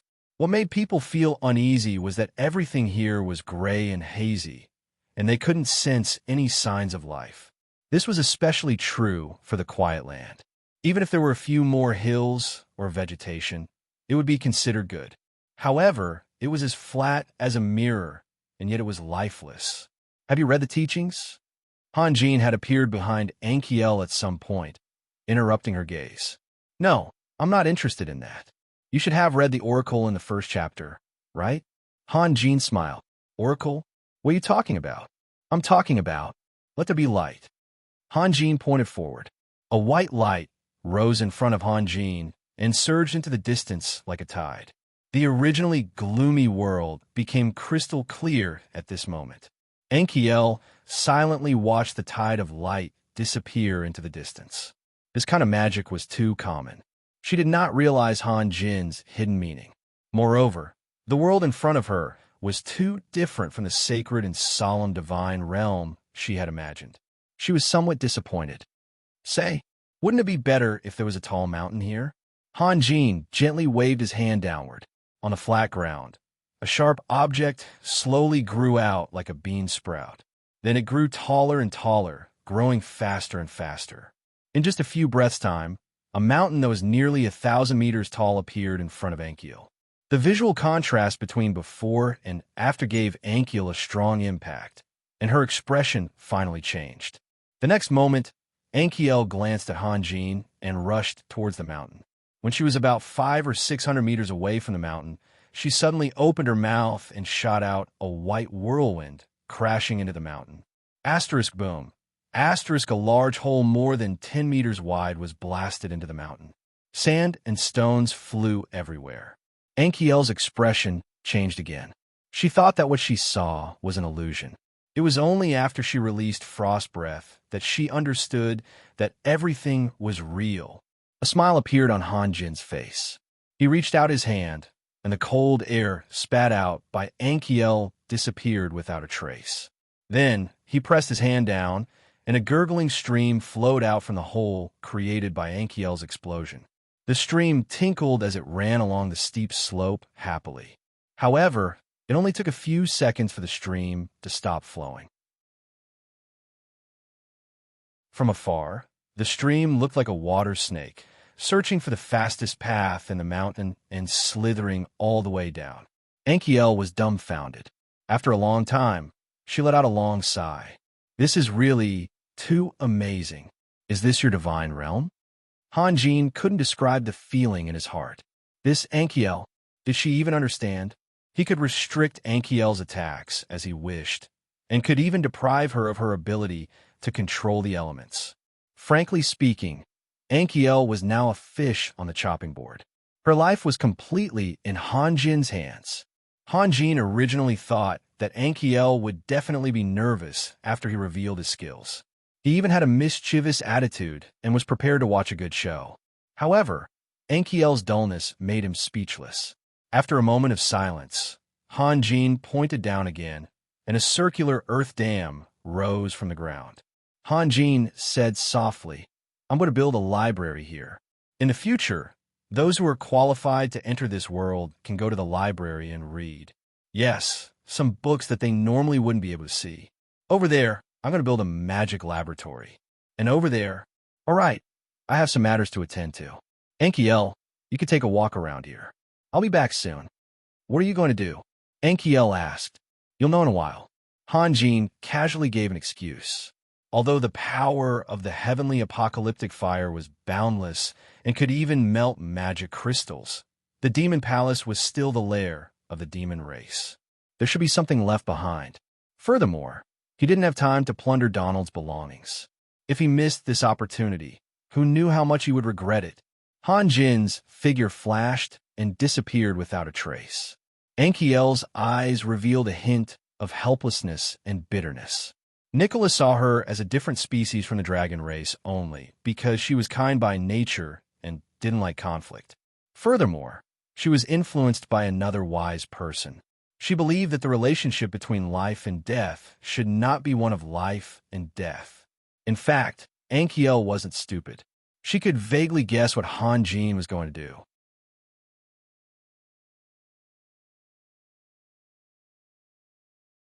Chapter 564. Hanjin dashed across the ruins. He was afraid that he would arouse Enkiel's suspicions if he delayed for too long. Little did he know that Enkiel had already guessed what he was going to do. Hanjin's obsession with magical crystals had long spread across the entire continent. So how could Enkiel not know about it? The Devil Spirit Hall of the past had been reduced to rubble. What surprised Hanjin was that the energy waves from the ruins proved that there were still a lot of spatial magical crystals below. All of a sudden, he missed Deity. In the past, Deity would always help him clean up the battlefield. As a member of a superclass race, she was extremely sensitive to any kind of magical energy waves. No matter how deeply the treasure was hidden, it couldn't escape her notice. She was also extremely powerful. Even if she dug 8 feet into the ground, it would be a piece of cake for her. Now that Deity wasn't around, he could only rely on himself. Han Jin took a deep breath and raised his hand to release the heavenly Tao. Countless starlights scattered in all directions like giant fireworks. And in the next moment, figures appeared in the starlight one after another. Thousands of Han Jin shuttled back and forth in the ruins. Sometimes they would gather together and work together to push away the heavier stone beams and pillars. Other times, they would scatter in the corners and search on their own. Han Jin, on the other hand, was still hovering in the air, using his divine thoughts to control his avatar below while observing his surroundings. After about 2 hours, 70 to 80 glowing magical crystals were piled up into a small mountain in Han Jin's spatial ring. The harvest wasn't small, but most of the magical crystals had been reduced to ashes by the heaven apocalyptic fire. Otherwise, the number of magical crystals would have reached an astonishing number of hundreds. If Han Jin could integrate all of these magical crystals into the mess in space, then perhaps he could transform the mess in space into a true paradise. However, that would be a huge project, and Han Jin reckoned that it wouldn't be possible in a short period of time. After obtaining the magical crystals, Han Jin still couldn't bear to leave.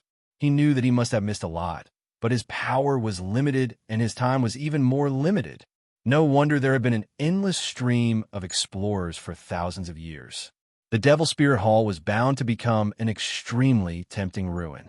Perhaps one day, some lucky explorers would become rich overnight.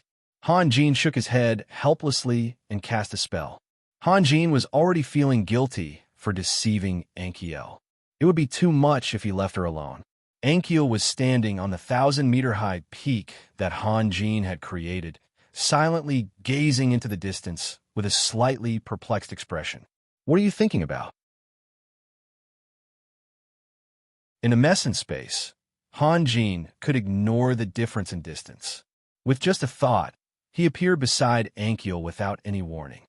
"I'm thinking, is God innate, or is it like us?"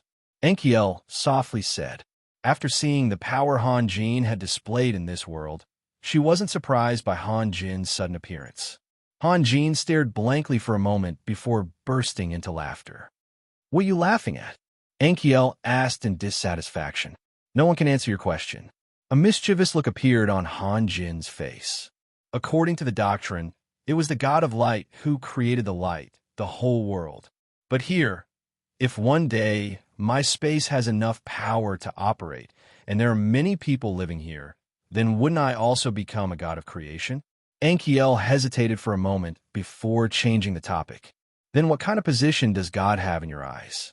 Although I don't think God is worthy of worship, there is one thing I have to admit. Even we have to look up to the height that God has reached. Han Jin said faintly. Even we have to look up to him. Yes. Ankiel sighed, a hint of loneliness in her eyes.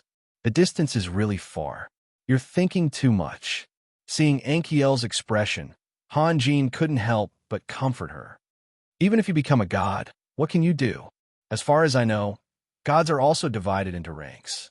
The Grim Reaper, who seems to have terrifying power in our eyes, may be nothing more than an insignificant ant in front of some other stronger existences. You don't have to comfort me. Ankiel looked to Han Jin. I just suddenly felt that all my years of cultivation seemed to be useless. That's why I'm lamenting. Han Jin was silent.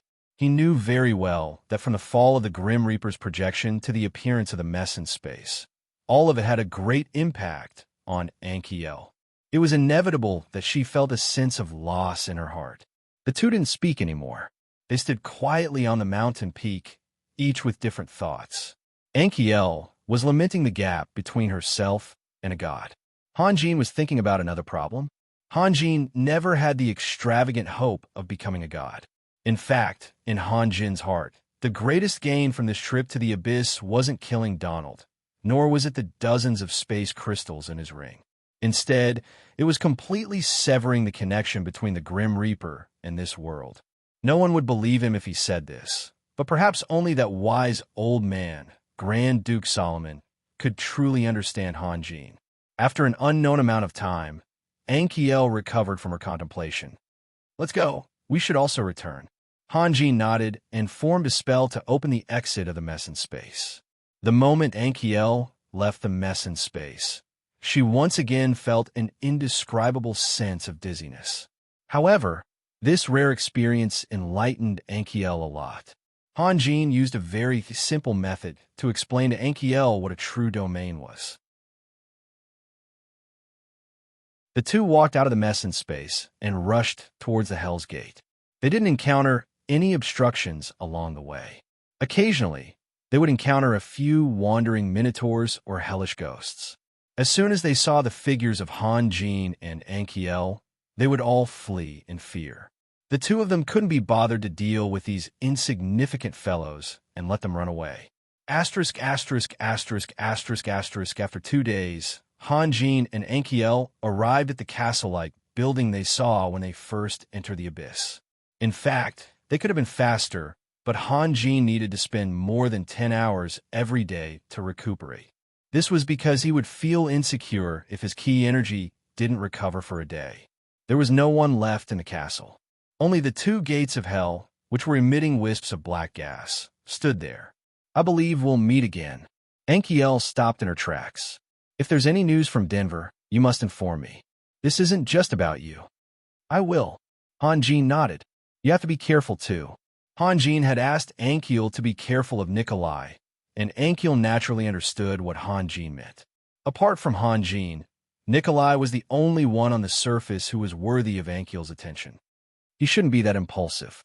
However, when I go back, I should remind those elders that it's not necessarily a good thing to stretch their hands too far. Perhaps they've lived a comfortable life for too long and have developed some ambitions that they shouldn't have. It's not bad to suffer some setbacks. At least they'll learn to be respectful, Ankiel said faintly. Han Jin couldn't help but associate Ankiel's words with his own. Setbacks. Could it be that she was talking about the unspeakable things he had done to Dragon City and Dragon Territory? Don't misunderstand. I'm not talking about you. Ankiel smiled, but it made Han Jin feel even more awkward. All right, that's it. Take care of yourself. After saying that, Ankiel turned around and stepped into the Hell's Gate. Han Jin stood there in a daze for a while. The more magnanimous Ankiel was and didn't say anything, the more ashamed Han Jin felt. However, at this point, empty words couldn't change anything. He could only see if there was an opportunity to make up for it in the future. Han Jin walked to the Hell's Gate in the east. This was the first time he felt a little guilty about the act of absorbing the magical crystals.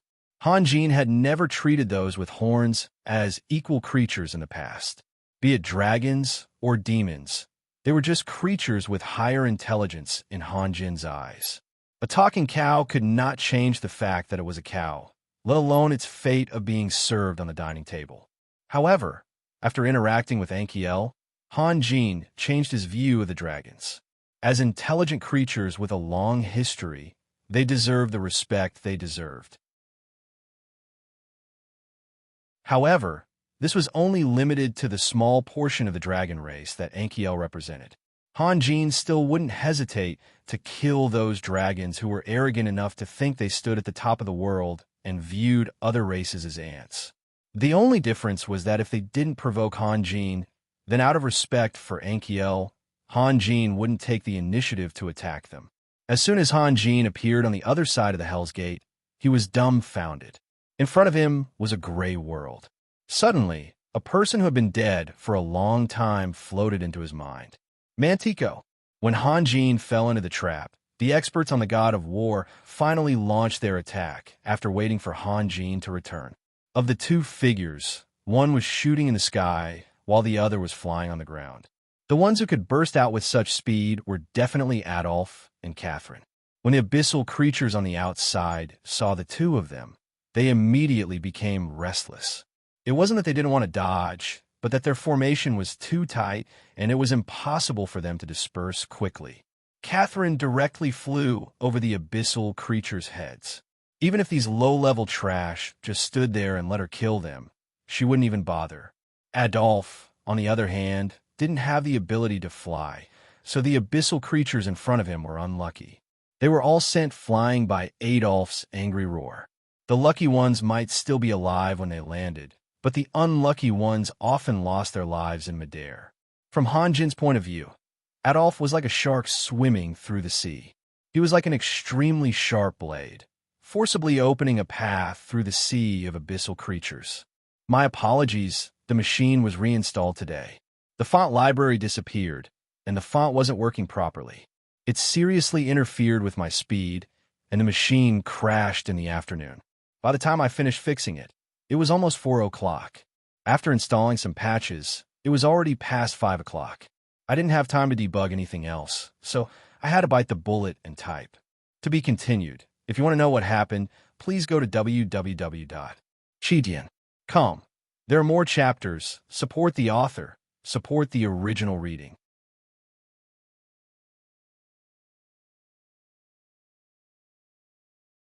Chapter 565. When Catherine and Adolphe saw Han, Jean, hovering in the air, they couldn't help but be pleasantly surprised. They charged forward even faster. At this moment, the mist in the surroundings suddenly churned violently. In Han Jin's eyes, Catherine and Adolphe's figures became more and more blurry, as if their vision was blocked by the thick mist. This was simply impossible. Even if Han Jin closed his eyes now, he could clearly sense the scenery around him. This was the effect of an ability that he had yet to cultivate to greater mastery.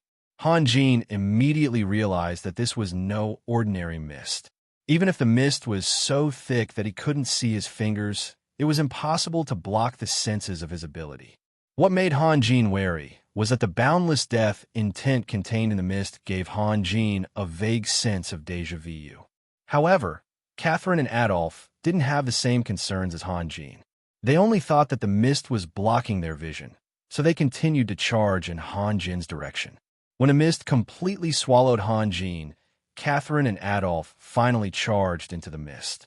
However, they discovered to their surprise that there was no one there, as if Han Jin had never been there in the first place. In another gray world, Han Jin was enveloped by the surging mist. He still hovered there silently without even changing his posture. Han Jin closed his eyes and tried his best to sense everything around him. However, apart from the extremely dense death aura, he discovered nothing. This situation didn't last for long.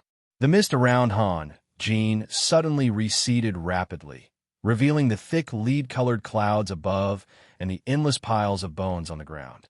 An invisible wind blew above the plains of white bones, gently entering and exiting the gaps between each skeleton. It made a whimpering sound, like the low roar of a wild beast. The wind became stronger and stronger.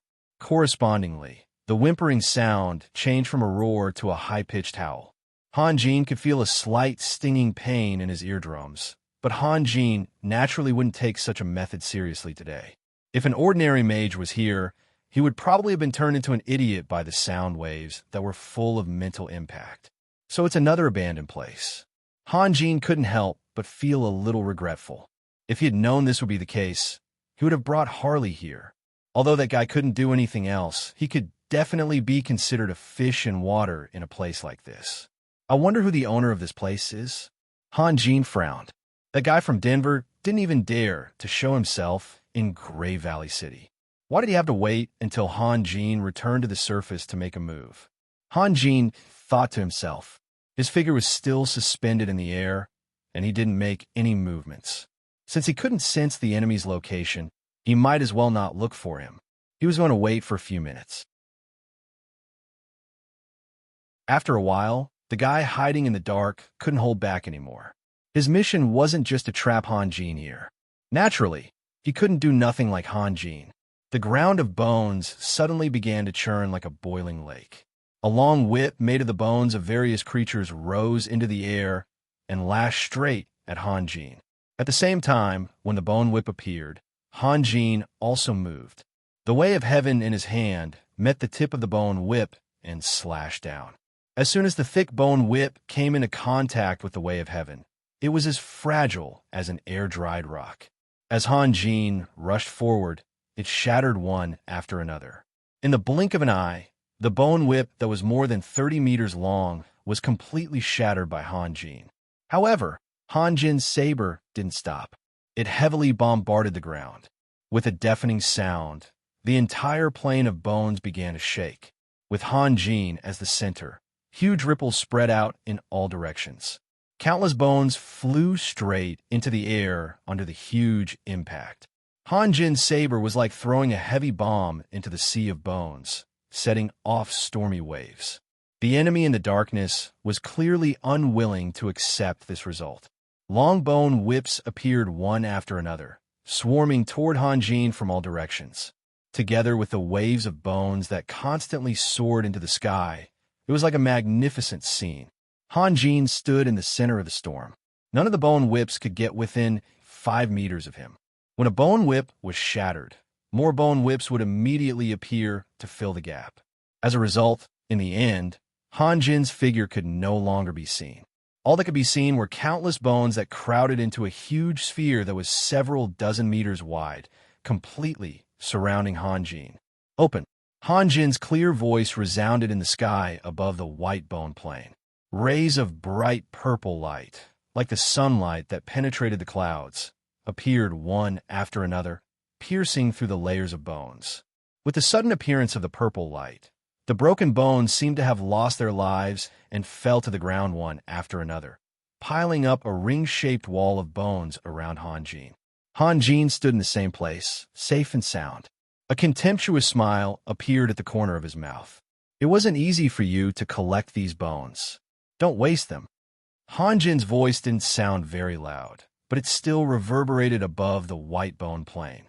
Invisible sound waves rolled in all directions. In fact, this abandoned land was somewhat similar to Han Jin's mess in space.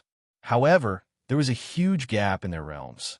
Yin and Yang alternated, and the 5 elements flowed, forming a world. However, the abandoned land only had a thick death aura. It was too simple, so not only was its power limited, its future was also limited. Han Jin, who was only one step away from the golden immortal body, didn't take the threat of the abandoned land seriously at all. In the depths of the Forsaken Land, a thin figure in a cloak was standing on top of a high altar. As if enraged by Han Jin's words, the thin figure suddenly raised both of his hands to the sky and murmured an incantation. As if sensing the anger of its master, the entire abandoned land began to boil. Waves of bones rolled in one after another. Han Jin's lonely figure was like a small boat drifting in the wind and rain, appearing and disappearing in this tsunami-like storm, as if it would sink in the next moment. The thick lead-colored clouds in the sky suddenly expanded several times, and the distance between them and the ground became closer. They were almost connected with the huge waves that soared into the sky.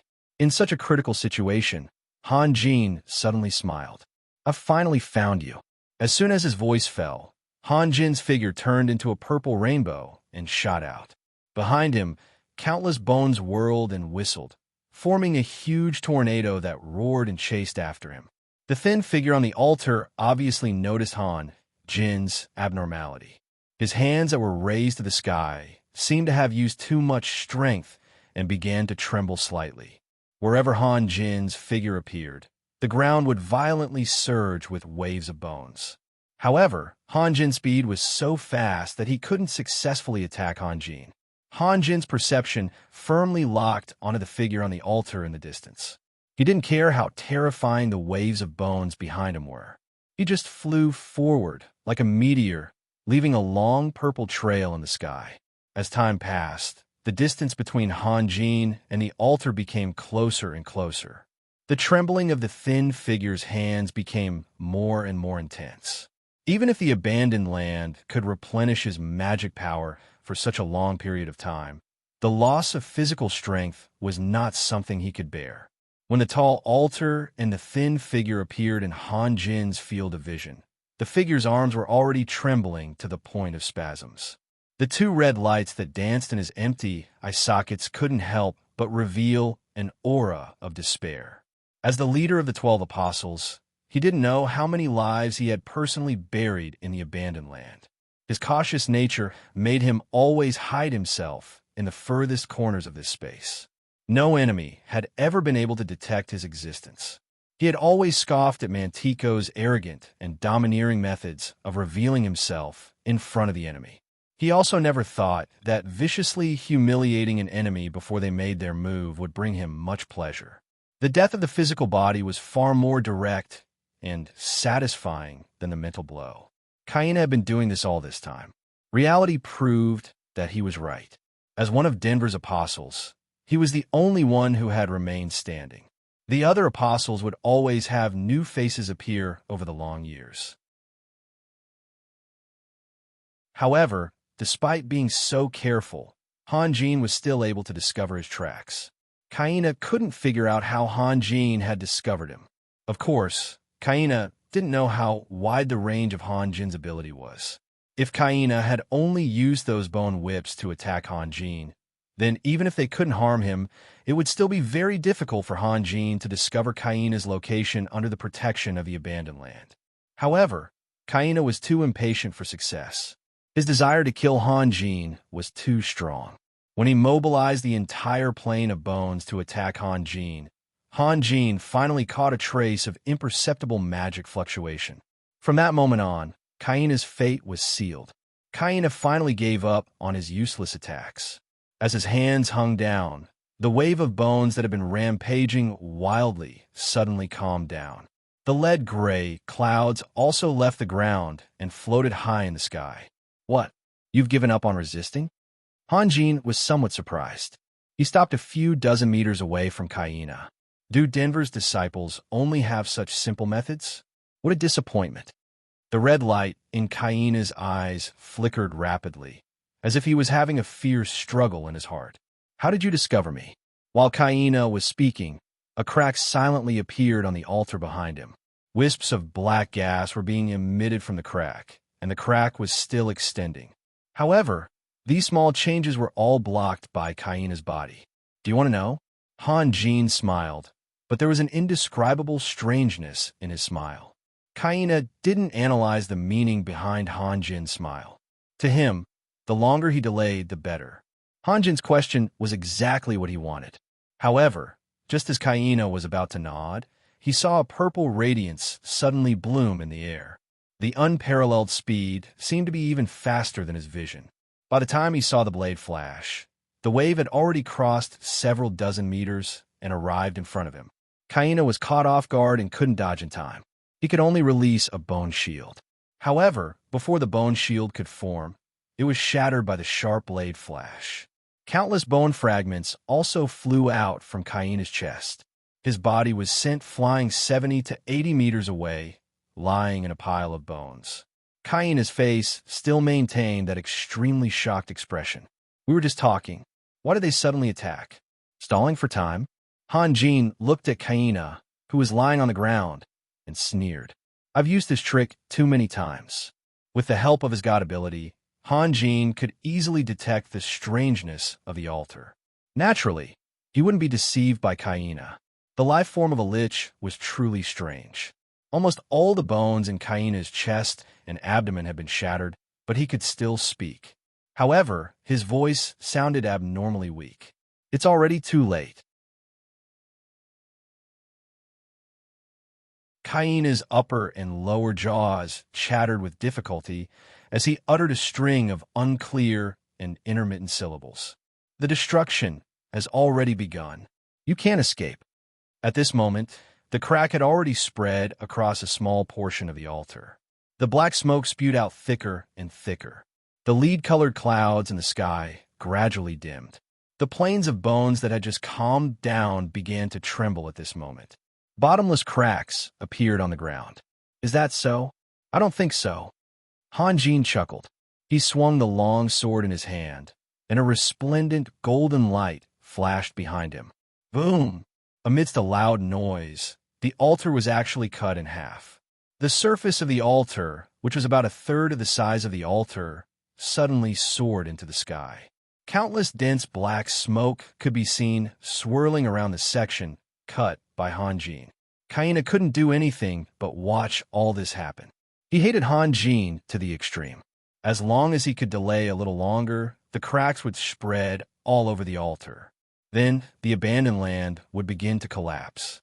Even if Hanjin was a demigod-rank powerhouse, it would be very difficult for him to escape the moment the space collapsed. Kaina wasn't afraid of death. The only person he was truly afraid of was Denver. Even if he had to pay the price of the space collapsing to kill Hanjin, as long as Denver was willing, after finding Kaina's scattered life imprint, he could revive Kaina. Although Denver would have to pay a great price to do so, Kaina believed that as long as he succeeded in killing Hanjin, Denver wouldn't be too stingy. On the other hand, if Kaina didn't complete the mission Denver gave him, then his end would be even more tragic. He would be completely destroyed, both physically and mentally. Just thinking about such an ending made Kaina tremble all over. Thus, he didn't hesitate to activate a secret technique in an attempt to cause the abandoned land to collapse. However, all of this went up in smoke under Hanjin's blade. After the altar rushed into the sky and crashed into the clouds, an earth-shattering explosion occurred. The thick clouds kept surging under the huge impact, and thunderous explosions reverberated in every corner of the abandoned land.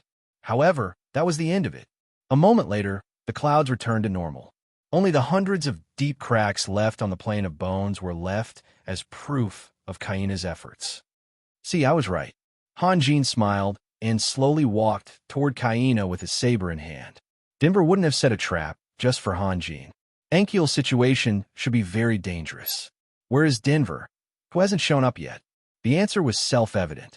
On the other side of the continent, at the exit of another Hell's Gate, Ankiel, who had just experienced the slight dizziness caused by the spatial shift, had also fallen into a dusky world. Unlike Hanjin, the clouds in Ankiel's world weren't the heavy and oppressive color of lead. Instead, they were a deathly gray. Beneath Ankiel's feet was also a boundless plain of bones, but every bone shone with a deathly white radiance, as if they were alive. Ankiel, who had never entered the abandoned land, naturally couldn't compare. If it was Hanjin, he might have quickly discovered the difference. If the abandoned land owned by Mantico and Kaina was a space filled with a thick aura of death, then the world Ankiel was in seemed to have something indescribable that made the world suddenly come alive. Ankiel chose the same way as Hanjin. He stood quietly in the air without making any unnecessary movements. The enemy would show up sooner or later, but before that, the only correct way was to deal with all kinds of changes by sticking to the status quo. A moment later, the white bone ground beneath Ankiel suddenly began to wriggle. In just a few breaths' time, a skeleton-like object dozens of meters tall formed from the bones of countless creatures stood in front of Ankiel. "I've been waiting for you for a long time, Ankiel." The skeleton-like object could actually speak. But for Ankiel, who had experienced the strange scene in Hanjin's mess in space, this was nothing to be surprised about. "You are." Ankiel tilted her head and came up with an answer. "Denver?" The skeleton let out a strange, ear-piercing laugh. "You are very smart. Then, who is the one going to deal with Raphael?" Ankiel didn't seem surprised by Denver's appearance and asked calmly. "I don't think you need to worry about that," the skeleton said after a moment of silence. "Now that you mention it, I'm even more curious. Why didn't you go look for Raphael?" Ankiel asked with a smile. "You don't dare." This time, the skeleton was silent for a long time before it continued. "That's my problem. You should worry about yourself." "What do I have to worry about?" Ankiel's smile widened. Although Ankiel didn't seem to care, she was already on high alert. Among all the powerhouses, Denver was the most mysterious one. No one had seen him fight before, so there was no way to judge his strength. But what Ankiel was certain of was that if even Donald couldn't command the person's strength would be obvious. For some super creatures, their strength was directly proportional to their age. For example, It was hard to imagine that a young dragon who had just been born for a few hundred years could fight against an existence like Anchiel, who had lived for countless years. By the same logic, the great Lich Denver, who had lived for a long time, couldn't be just an ordinary person. To be continued. If you want to know what will happen next, please go to www.chidian.com. There are more chapters. Support the author. Support the original reading.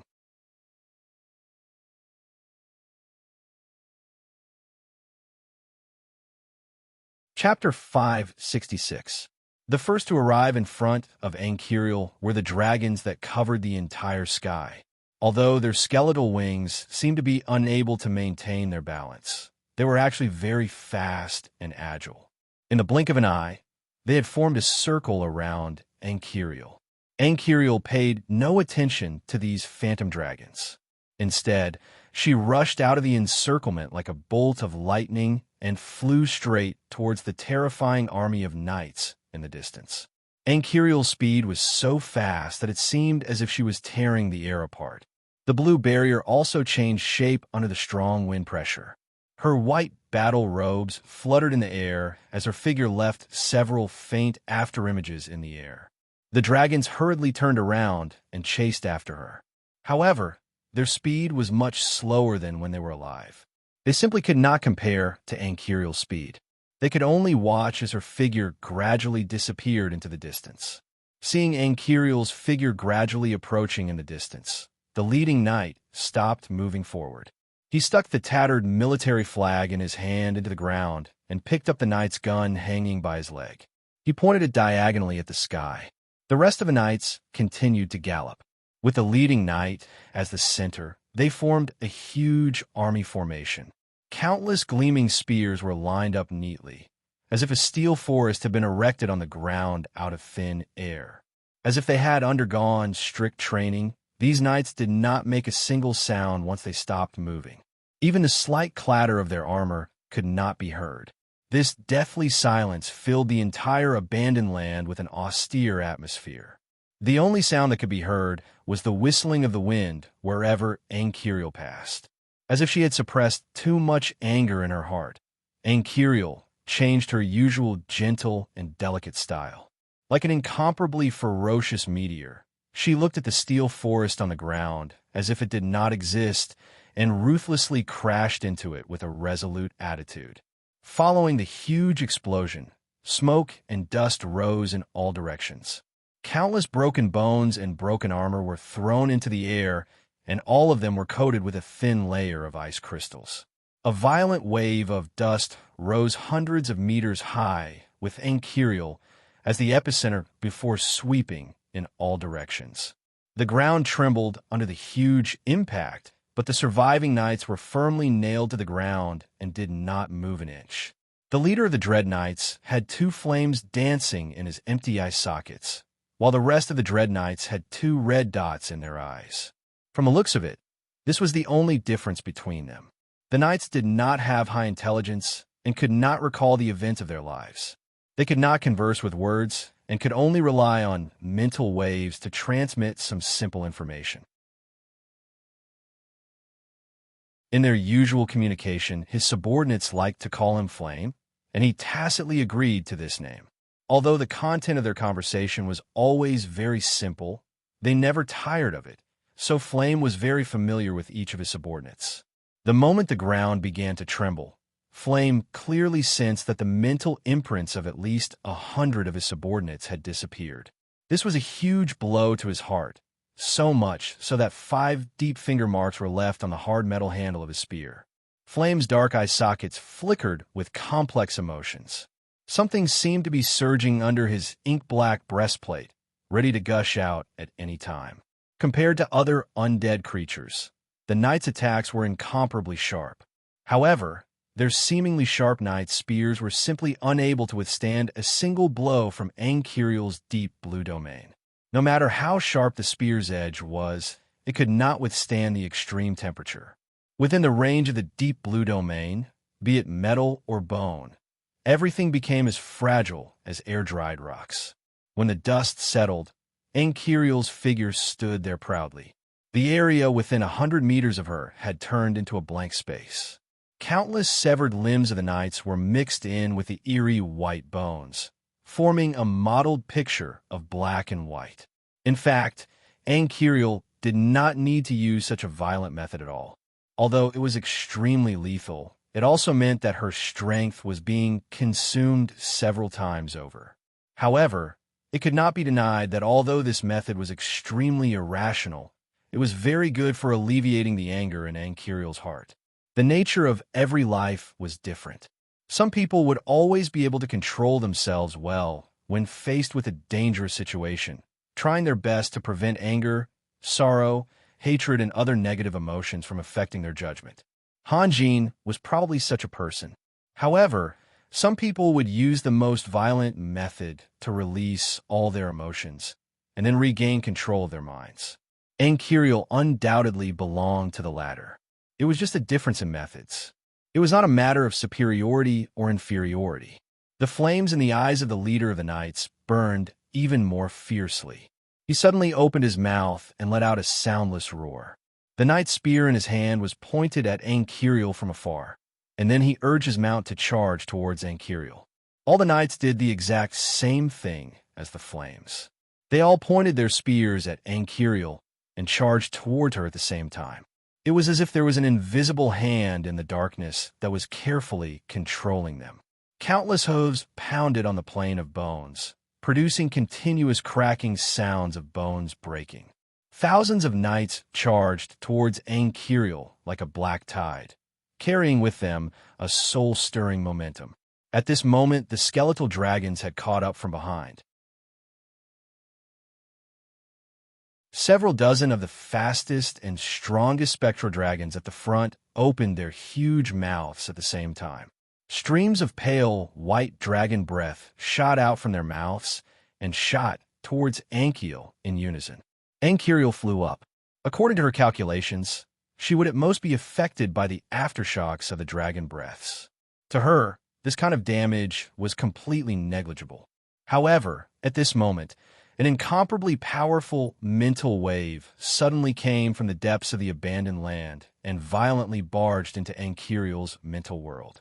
Mental attacks were the most primitive and also the most powerful attack of a lich. However, to a demigod powerhouse, even Denver's mental attack could not cause any substantial damage to Ankiriel. At most, it would cause her to feel dizzy for a moment. However, Ankiriel was fighting against countless undead creatures. Even a second of delay would cause her damage that could not be ignored. The momentary chaos in her mental world caused Ankiriel's figure to unavoidably pause in midair. The direct result of this was that the dozens of spectral dragons' dragon breaths all bombarded her body. Fortunately, Ankiriel still retained a trace of clarity. At this critical moment, she condensed her domain to the extreme. Even so, she was still violently shaken. Amidst the violent explosion and dazzling light, Ankiriel's figure was heavily smashed to the ground. Countless ripples appeared on the mirror-like aqua-blue screen of light. It constantly distorted in shape, as if it would collapse in the next moment. Several knights who had rushed too close to the front were smashed by Ankiriel, who fell from the sky. They immediately exploded along with their horses, turning into countless flying fragments. Then, the white bone ground beneath the knight's feet was also hit by Ankiriel. Amidst a loud boom, countless bone fragments flew all over the sky like a gray rainstorm. A circular pit with a diameter of nearly 100 meters and a depth of dozens of meters appeared where Ankiriel fell. Bone fragments fell from the sky, forming a thick layer at the bottom of the pit in the blink of an eye. In the next moment, a ray of aqua-blue brilliance shot up from the bottom of the pit. Like a comet, it traversed a distance of several hundred meters in an instant. The dark blue domain that had been enveloping her all this time bombarded a spectral dragon that was about 70 to 80 meters long. The spectral dragon's skull, which was originally incomparably hard, became as fragile as tofu under Ankiriel's domain. Even its entire head began to disintegrate and shatter. A dazzling red light appeared before Ankiriel's eyes, and the red light was still pulsating. Without the slightest hesitation, Anchiel flicked a blue water droplet from her hand. The fireball seemed to have anticipated its tragic end and let out a wail similar to a miserable shriek. However, the moment the water droplet collided with the red light, the miserable shriek came to an abrupt end. The spirit dragon's broken body seemed to have been drained of its last bit of strength as it fell to the ground in disarray. The reason why Anchiriel had bypassed the dragons and launched an attack on the terrifying night army that was further away was because she couldn't bear to do so. Although she had become an undead creature, they were still her clansmen who had once breathed the same air as her. No matter what, Anchiriel couldn't bear to do so. However, the moment she was hit by the dragon's breath, Anchiriel came to a realization. Becoming an undead creature and struggling at death's door under Denver's control was probably not a way that the once proud dragons wanted to live. Completely rescuing them from Denver's hands was the best way to mourn for her clansmen who had passed away a long time ago. Anchiriel even vaguely sensed that the moment her soul fire was extinguished, she vaguely felt a sense of joy and relief. "I will help you," Anchiriel silently said in her heart. She raised her head and looked into the depths of the abandoned land. There was still a monster that had to be eradicated. From the moment Anchiriel rushed into the sky to the moment the spectral dragon fell, only a few seconds had passed. By the time the other spectral dragons reacted, their companion's corpse had already fallen to the ground. The dragons frantically surged towards Anchiriel. Dozens of dragons' breaths that emitted the aura of death crisscrossed in the air, weaving into a deadly giant net that enveloped Anchiriel from all directions. For some reason, Denver didn't release any mental attacks this time. Without any interference, Anchiriel easily dodged the attacks of the dragons with her astonishing speed. Her figure plummeted rapidly, but what met her below was countless terrifying knights leaping high into the air. Their spears that flickered with a cold light sealed off Anchiriel's escape routes like vipers. The terrifying knights who were a little further away hurled their knights' spears at Anchiriel, cutting off any possibility of her escaping through the air. The attacks from all directions were all locked onto Anchiriel's figure. In this situation, there seemed to be no better way for her than to break through. If Anchiriel raised the power of her domain to the maximum again, she might be able to break out of the encirclement easily. However, she had already lost a considerable amount of power in the battle, and was no longer as angry as she was at the beginning. Anchiriel knew very well what Denver was up to. He just wanted to use these undead creatures to exhaust her strength. In an instant, Anchiriel made her choice. Her figure rushed straight towards the knights' spears that whistled through the air like a dark cloud. Before the knights' spears could get close to Anchiriel, they were slowed down by the extremely cold air current.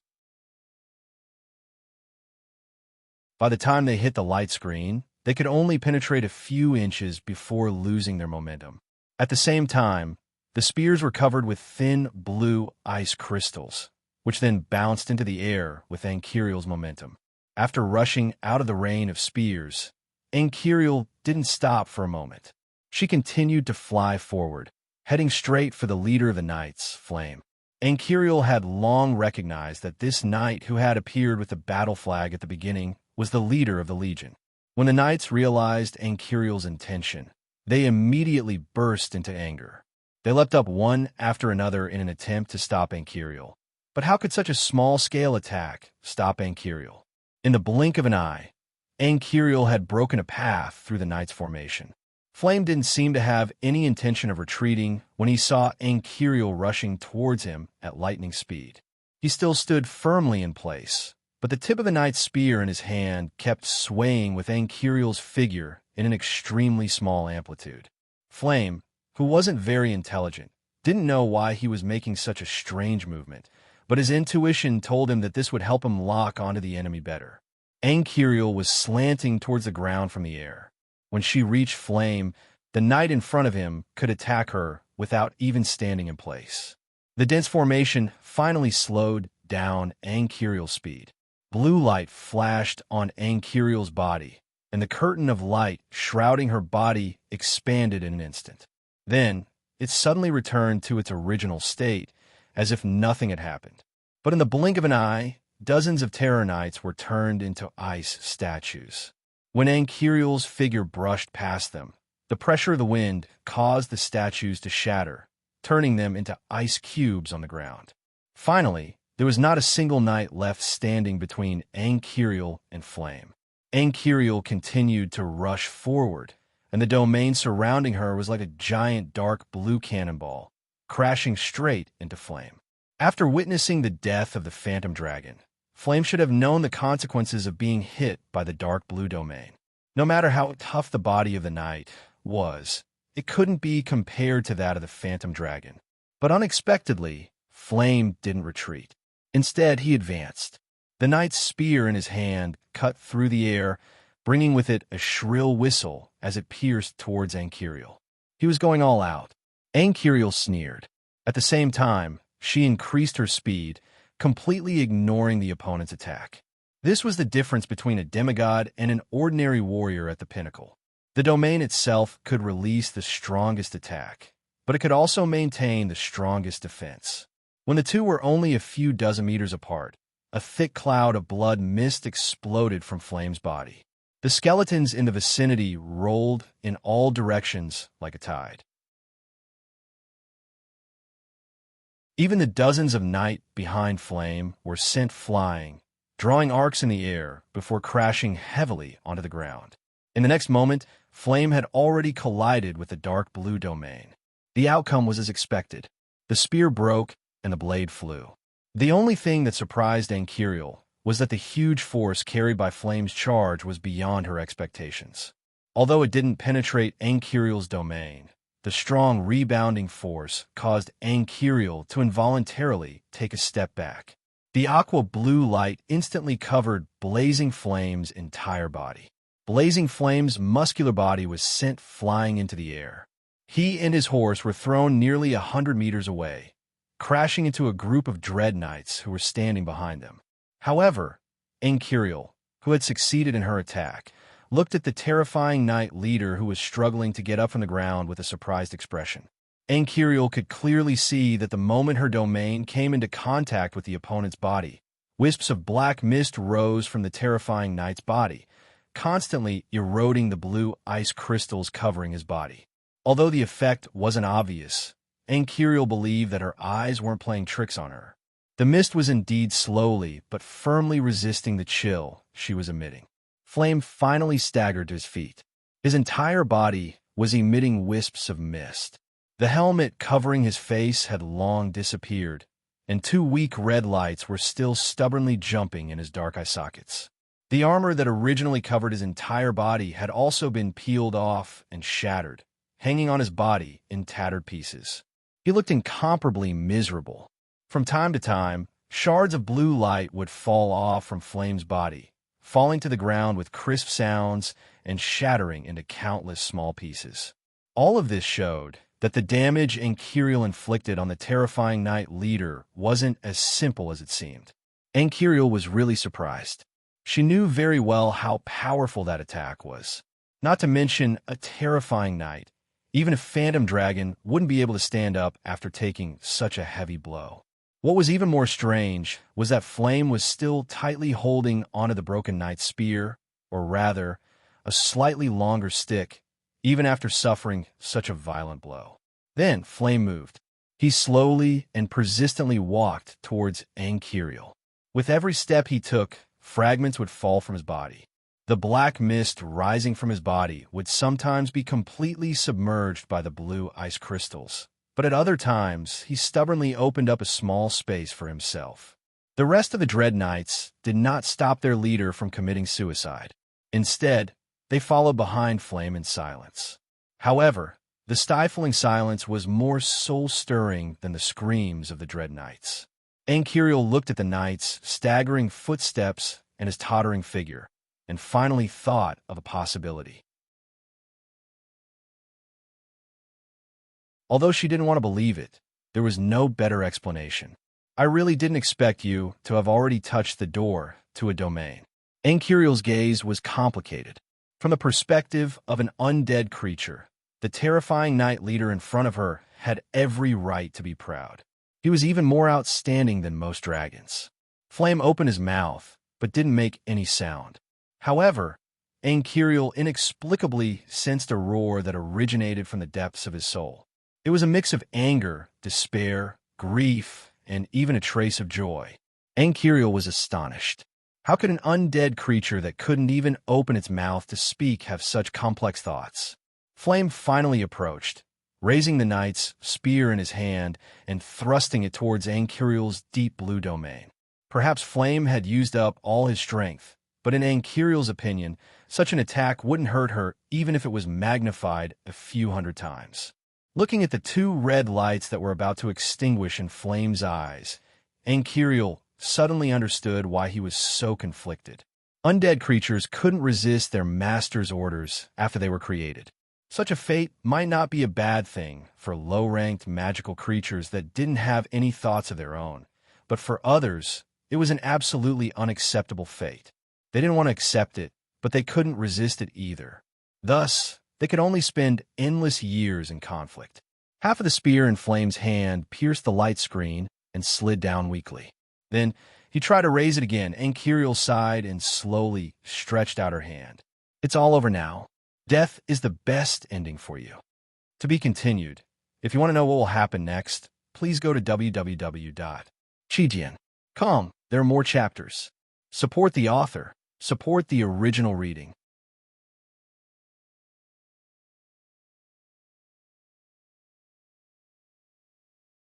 Chapter 567. Stop! A roar suddenly rang out from the depths of the skeletal plane. Then, a huge hand formed from various skeletons rose from the ground and firmly grasped Ankiel and her domain in its palm. It would have been fine if Denver hadn't come out to stop it. But now, Ankiel immediately judged that this powerful knight in front of her was a very, very important existence to Denver. In the next moment, Ankiel let out a long howl that resounded over the entire plane. Her deep blue domain suddenly expanded and crushed Denver's imprisonment. The night called Tinder was also wrapped in thick and heavy ice crystals. Then, with a loud bang, the ice crystals burst out in all directions. Tinder's body was also torn apart. Every piece of ice that flew out contained a small piece of Tinder's body. Tinder's soul fire was completely extinguished, but the red light in the eyes of the other knights flickered even more intensely. At the same time, they opened their mouths and let out silent roars. Countless mental waves that could not be seen by the naked eye reverberated and intertwined in the air above the skeletal plane. Even with Ankiel's powerful mental strength, she actually felt a little dizzy amidst these desolate and tragic cries. At this moment, the dragons finally caught up, dozens of dragon breaths that emitted scorching heat shot towards Ankiel. However, the knights ignored the dragon breaths and charged towards Ankiel. How dare you? Denver, who was hiding in the plane, roared angrily again. Ankiel's head was spinning from the sheer number of psychic fluctuations coming from the Terra Knights. Dozens of draconic breaths bombarded her almost simultaneously. Her deep blue domain was constantly changing shape under the violent bombardment. The knights had just stabbed their knight spears into the aqua blue light barrier when they were lifted off the ground by the violent shockwaves from the collision between the dragon breaths and the deep blue domain. Those who were too close were directly blown into pieces. Seizing this rare opportunity, the dragons spat out their dragon's breath with all their might. The Dread Knights also rushed towards the center of the explosion without regard for their lives. At this moment, Ankiel's figure was completely covered by the blazing light of the explosion. The entire scene looked as though the Dread Knights were rushing to receive the baptism of the dragon's breath. A deep crater with a radius of dozens of meters appeared where Ankiel was standing. Bone fragments were flying all over the sky. Under the continuous bombardment of the dragon breaths, the crater continued to expand. The whole process lasted for a few seconds before Ankiel finally got rid of the negative effects of the mental shock. But in those few seconds, the extremely violent shockwave had caused considerable damage to Ankiel. If it weren't for the protection of her domain, she would have been turned into ashes by the dragon breaths. A ray of blue brilliance shot up from the dazzling white light in the center of the crater and crashed into the dragons. Two spectral dragons who couldn't dodge in time were sent spinning into the distance by Anchiel like cannonballs. From the small cracks on their bodies, one could tell how powerful Anchiel's strength was. Several more dragon breaths bombarded the deep blue domain. The skeletal dragons who couldn't release dragon breaths pounced on it, using their claws, teeth, and even their heads to desperately attack the deep blue domain. When the dragon breaths hit the deep blue domain, they exploded violently, shrouding the skeletal dragons who could only attack at close range. But these skeletal dragons who didn't know pain or fatigue didn't care about the injuries on their bodies. It was as if attacking the deep blue domain was their greatest glory. With her mental strength stable, such attacks couldn't do much damage to Anchiel. She broke through the dragon breaths that filled the sky and flew like a meteor towards the two spectral dragons that she had sent flying. To undead creatures, only physical injuries wouldn't affect their attacking power. The widely accepted way of dealing with undead creatures on the continent was to break them apart. Even if you cut them in half, they would still attack with the support of their arms. The two spectral dragons managed to stabilize their bodies with great difficulty, but when they saw Anchiel rushing towards them with a murderous aura, they were scared out of their wits. Just as they were about to open their mouths to spit dragon breaths, they saw a flash of blue light. The two spectral dragons turned into ice crystals and fell to the ground like two heavy rocks. At this moment, the spectral dragons that were attacking frantically suddenly dodged in all directions, breaking away from Anchiel. The Knight of Terror also neatly retreated to the sides, opening up a path for her. Anchiel, you've angered me. You've really angered me. Only a few breaths had passed since Anchiel killed the Knight of Terror, but Denver's voice suddenly became hoarse. Oh, it's my honor. Anchiel sneered. All these years, I've been trying to play a rather sarcastic joke with you. I was close to success, but now, you've ruined it. Do you know? You lowly piece of trash. Denver's voice became even colder. He was the most devout knight of all, and also the most difficult to convert. Perhaps I should have given up on him long ago, but I like perfection, you piece of trash. You've ruined my countless years of hard work. Denver, as a great lich, you should be standing in front of me and telling me this, not hiding in a corner, Anchiel said sarcastically. Denver? Ha! Do you know how a lich came to be? Burying corpses underground for thousands of years, or even tens of thousands of years, they'll only turn into fossils. It's because of my existence that they've undergone such a qualitative change. Denver's voice was cold. Lowly piece of trash. Since you've destroyed Gotha, then you'll take his place. Are you ready? As a demigod domain realm master, Anchiel's will was incomparably strong, and these few words were not enough to scare her. However, just as she was about to retort, her expression suddenly stiffened. After a long while, she said faintly, Who did you say he was? Gotha, the one favored by God, the most devout knight of all. Gotha? What's wrong? Are you scared? Denver's voice became sinister. Lowly piece of trash, you can't hide from my will. Even if you shatter your own life, I have a way to capture your soul. Accept your fate. Who the hell are you? Anchiel suddenly felt a chill run down her spine, and her voice involuntarily became shrill. You'll find out. The voice paused. Go, my most loyal warriors, and capture that piece of trash who blasphemed against the gods. My lord, are we really going to use the divine servants? That way, the god of death, Hamas, and the archangel of authority, Alpha, may be aware of your existence. Another voice immediately answered. Although the tone of the two voices was different, the tone was very similar. It was as if the same person was talking and answering his own question. It was a very strange feeling. Idiot! Hamas can no longer descend upon this plane. As expected, Denver began to answer his own question again. As for Archangel of Authority Alpha, I can sense that your disciple has obtained the most important mark. Ha! From today on, the The law of the world must be changed. Anchiel seemed to have suffered a great shock and stood there like a statue. Even the great Lich Danfo had to serve that guy as his master. There was only one reasonable explanation, but it was also impossible. The god of the underworld, Staya, had fallen during the Age of the Gods. According to legend, the god of the underworld, Hamas, had taken all his remaining divinity. How could he appear in this abandoned land for no reason? During this period of time, other masters were in a more critical situation than Anchiel, and they were more pessimistic. For example, Blanche, who stayed in Wild Willow City. Wild Willow City was located between the Holy Crown City and the Capital of Elements.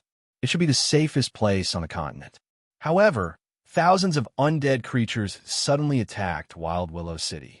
Thousands of elves who stayed in the city were killed or wounded within half an hour, and the whole city was almost occupied by the undead creatures. Blanche led some high-grade warriors to retreat to the Tree of Life. Although she had been trying to boost the morale of the elves, she could not deceive herself. The Holy Crown City was too far away from Wild Willow City. Even if she received the news in the first place, she could not help. By the time the reinforcements arrived, Wild Willow City would be in ruins. The only thing that puzzled her was that after they entered the protection of the Tree of Life, the attack of the undead creatures had inexplicably weakened. It was this reason that encouraged Blanche to hold on. In Anchiel's sight, a very short figure was walking slowly along the road made by the Knights of Terror. He was only as tall as Anchiel's waist, like a child under 10 years old. However, he had a huge head on his head.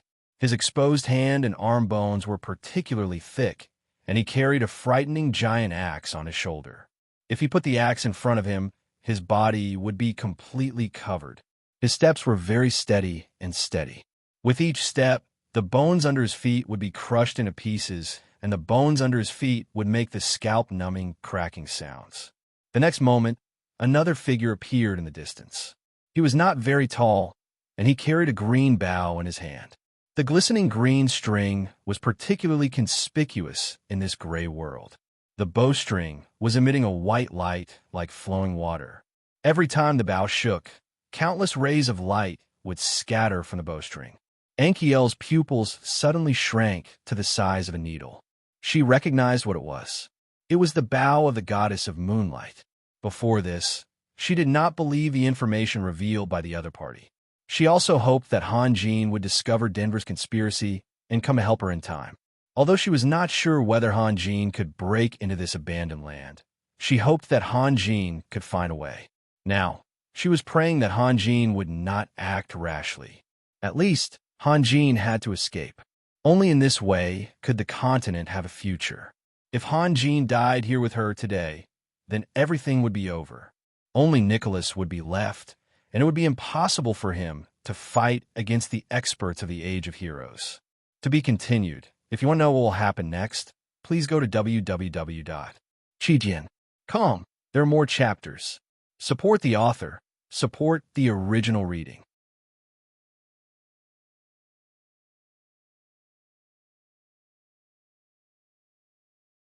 Chapter 568.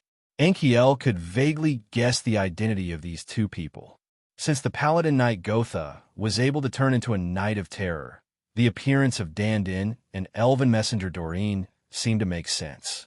But she did not have time to think because Dandin, the Lord of the Hills, suddenly sped up.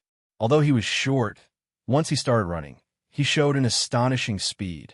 Every time Dandin's thick lower limbs hit the ground, the huge force of his stomp would send a cloud of debris flying, as if a circle of ripples had appeared in the sea of bones. Doreen, the Elven Messenger, stopped at the same time. She drew her bow and pulled the string. Although no arrow could be seen on the full moon bowstring, the constantly shining brilliance made Anchiel feel as if there was a thorn in her back. A sense of extreme danger arose in her heart. When Dandin was about 100 meters away from Anchiel, he suddenly sprung up and shot towards her like a meteor. In the distance, Doreen's hands were waving in a very small amplitude that was almost imperceptible to the naked eye. Her movements seemed meaningless, But Anchiel knew that all possible escape routes had been blocked by Doreen's subtle movements. The two people in front of her were just too famous, coupled with the fact that the Moonlight Goddess bow was a divine weapon that only existed in legends. Even Anchiel, who had a territory domain, felt a faint sense of despair. This was because Dandin and the Lord were hiding on the side. It was easy to imagine the strength of such a powerful person who could turn a powerful person from the Age of Heroes into his servants. The only thing that made Anchiel somewhat glad was that although the Lord of the Hills had unparalleled strength, it did not have the ability to fly. When Dandin rushed in front of him, Anchiel leaped into the air. Although doing so would undoubtedly make him a target for Doreen, it was much better than facing the attacks of two people at the same time. Doreen suddenly released the bowstring, and a faintly discernible light wave flew out with an ear-piercing whistle. Strangely, Doreen's target was not Anchiel, but Dandin, who was in midair. The light wave hit Dandin's back, but he didn't seem to be on guard at all. He continued to charge forward, and in the next moment, a pair of wings more than 10 meters long appeared on his back. Dandin's body was like a cannonball that shot out of the barrel, rapidly shooting towards Anchiel. Dandin's speed was already astonishing, and with the blessing of the elven wings, his speed was more than doubled. Anchiel had no time to dodge. She could only open her mouth and spit out a white dragon's breath. With Dandin's speed, even if Anchiel could activate her territory domain and successfully freeze him into an ice cube, she would not be able to stop the heavy impact. Anchiel did not expect her hasty attack to hurt Dandin. She only hoped to slow down Dandin and buy herself some time. Dandin ignored the freezing dragon breath and continued to charge forward. The axe he swung out was like a sailfish cleaving through the waves, crossing dozens of meters in the blink of an eye. It forcibly blasted away Anchiel's frost breath and turned it into scattered ice crystals. In the end, the axe landed heavily on the aqua-blue light screen. Although it didn't really come into contact with Anchiel, the ferocious force caused Anchiel to feel as if she had bumped into a mountain. She was sent flying into the distance by the violent impact.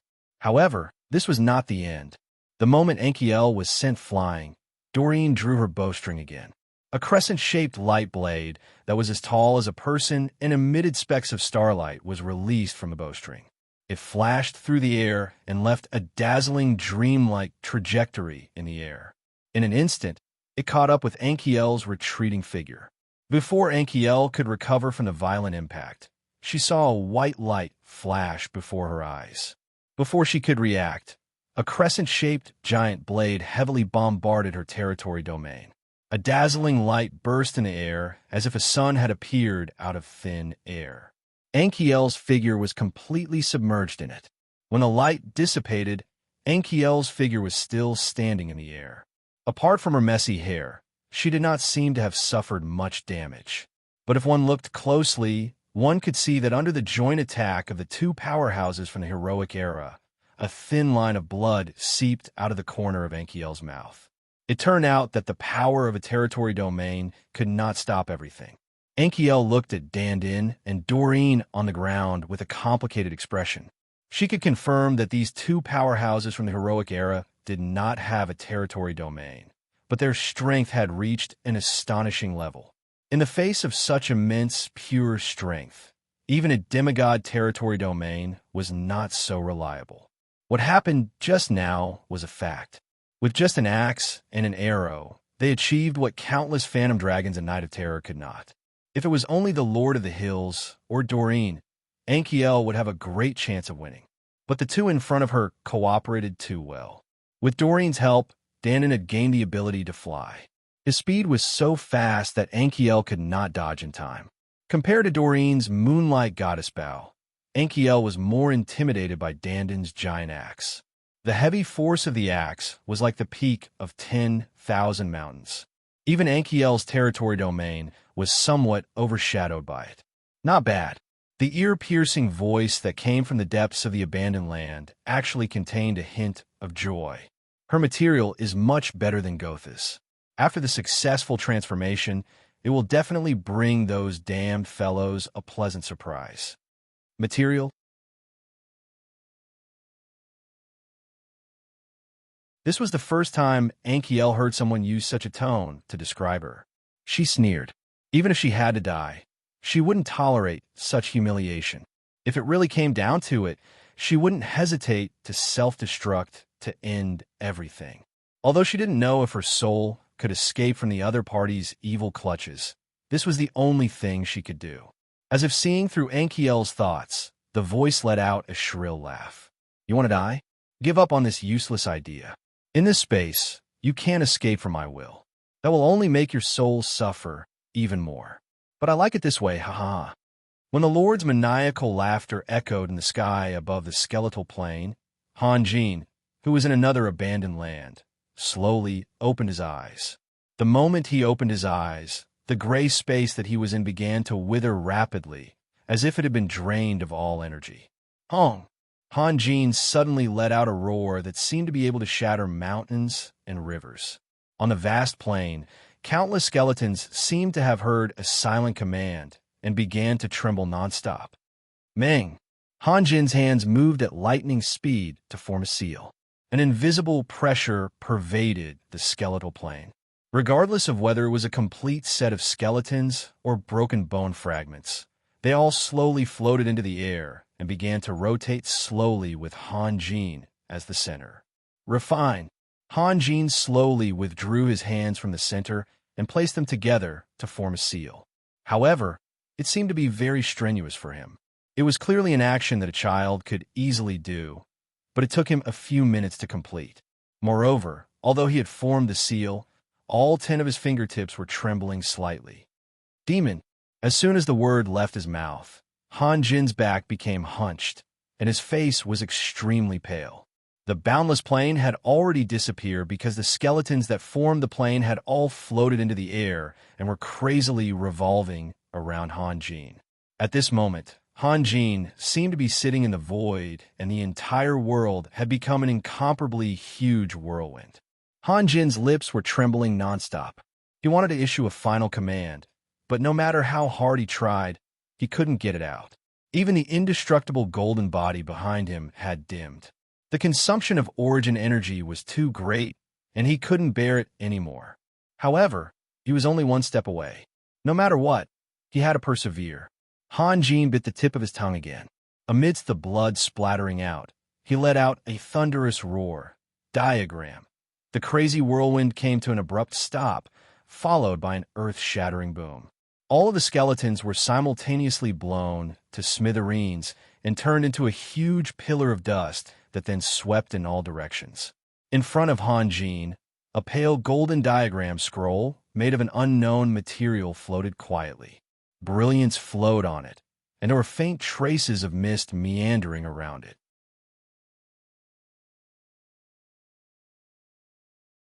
Countless obscure ancient characters flickered in and out of existence, and a simple and dignified aura assaulted his senses. Looking at the primordial demon refining diagram that he had finally succeeded in refining, Han Jin's pale and weak face regained some vigor. This kind of heaven-defying primordial demon refining diagram was so powerful that even the few heavenly demons there didn't dare to recklessly challenge it. Using it to deal with a lich, Han Jin even felt that it was making a mountain out of a molehill. However, even a lion would have to use its full strength to catch a rabbit. Han Jin never had the habit of being arrogant. It didn't matter if it was wasteful, as long as he achieved his goal. Countless cracks appeared in the space that had already turned into nothingness. All of the demonic energy in the abandoned land had been sucked dry and could no longer support its operation. Finally, it began to completely collapse. Suddenly, countless faintly discernible soul fires appeared out of nowhere. They spun, danced, jumped, and surged toward Han Jin. Han Jin's divine sense swept through the soul fires and discovered that they were all vengeful spirits that had been imprisoned for countless years. However, these vengeful spirits didn't have any ill intentions. He could clearly sense that within the tide-like fluctuations, there was joy at being freed and gratitude for his kindness. When the first soul fire disappeared into Han Jin's body, his expression changed drastically, and his body turned into a statue. Countless soul fires surged toward Han Jin and disappeared into Han Jin's body one after another. Han Jin remained motionless, and his expression was blank. Meanwhile, the indestructible golden body's color gradually turned from dim to bright, and finally turned into a radiant giant that sat there silently. The last soul fire disappeared, and the collapse of the abandoned land was nearing its end. Han Jin didn't care about the changes in the outside world at all, and he even forgot about Ankiel's crisis. Countless soul fires had been refined in the abandoned land, accumulating immeasurable karma. Now all of this belonged to Han Jin. Compared to the energy provided by the demonic crystals, the energy provided by the soul fires was purer, cleaner, and larger. There was even no limit to it, because this was the merit and virtue that he had created. The blessings and prayers of countless soul fires were willing to melt and disappear, and they used their last efforts to repay his kindness. When all of their wills gathered together, it was more majestic than the vast ocean. For some reason, Han Jin suddenly felt that the world had become smaller. However, this unexpected and shocking increase in power forced him to consider a question. Was cultivation really just a process of accumulating energy? At this moment, a sinister laugh interrupted Han Jin's thoughts. A ball of fire suddenly appeared on Han Jin's body and burned fiercely. Then, an almost transparent fireball with a radius of several meters hit Han Jin. Then, a long white breath surged from behind and enveloped Han Jin in the blink of an eye. The 3 consecutive attacks were seamless. Seeing that Han Jin was trapped by the fireball, Fan Lunding was overjoyed. However, he was also a little hesitant. He deliberately let out a sinister laugh to force Han Jin to dodge. But Han Jin didn't move at all, causing all of his backup plans to fail. The exploding fireball dissipated. Han Jin didn't waste the faked earth corpse, and he didn't turn into charcoal like Fan Lunding had imagined. He slowly turned around and looked at Fan Lunding. His legs, chest, and back were still burning fiercely, turning him into a man of fire. Han Jin paused for a moment, then reached out his hand and casually patted his body a few times. The flames that were still burning fiercely a moment ago were instantly extinguished. Fan Lunding's laughter stopped abruptly. This was impossible. The bone-corroding flame was a very terrifying fire elemental curse magic. With Fan Lunding's magic power, as long as the bone-corroding flame was successfully released, it could last for several days or even weeks. Except for Ankiel, who could use the deep blue realm to extinguish the flames, this curse was almost unbreakable. Even a high-grade priest would be helpless. Even someone as strong as Nikolay could only rely on his combat aura to hold on until the magic ran out. But this enemy in front of him just casually patted his hands, and the flames were extinguished. When Fan Lunding's eyes met with Han Jin's, he couldn't help but take a few steps back. In fact, even he couldn't tell what he was afraid of. It was just an illusion that Han Jin's figure suddenly became infinitely large, as if he had merged with the world and was looking down at Fan Lunding. However, when Fan Lunding took a few steps back and took a closer look at Han Jin, the illusion mysteriously disappeared. "You have a cowardly heart, Fan Lunding. Your future ends here," Han Jin said calmly. Fan Lunding had no intention of coming to his senses. He was too lazy to consider whether Han Jin was mocking him, or trying to provoke him.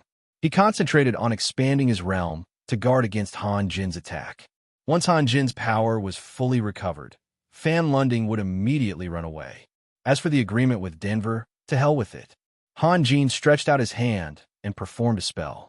Fan Lunding clearly heard a shattering sound. Then, a white light fell from the sky and enveloped Han Jin. The next moment, Han Jin disappeared without a trace.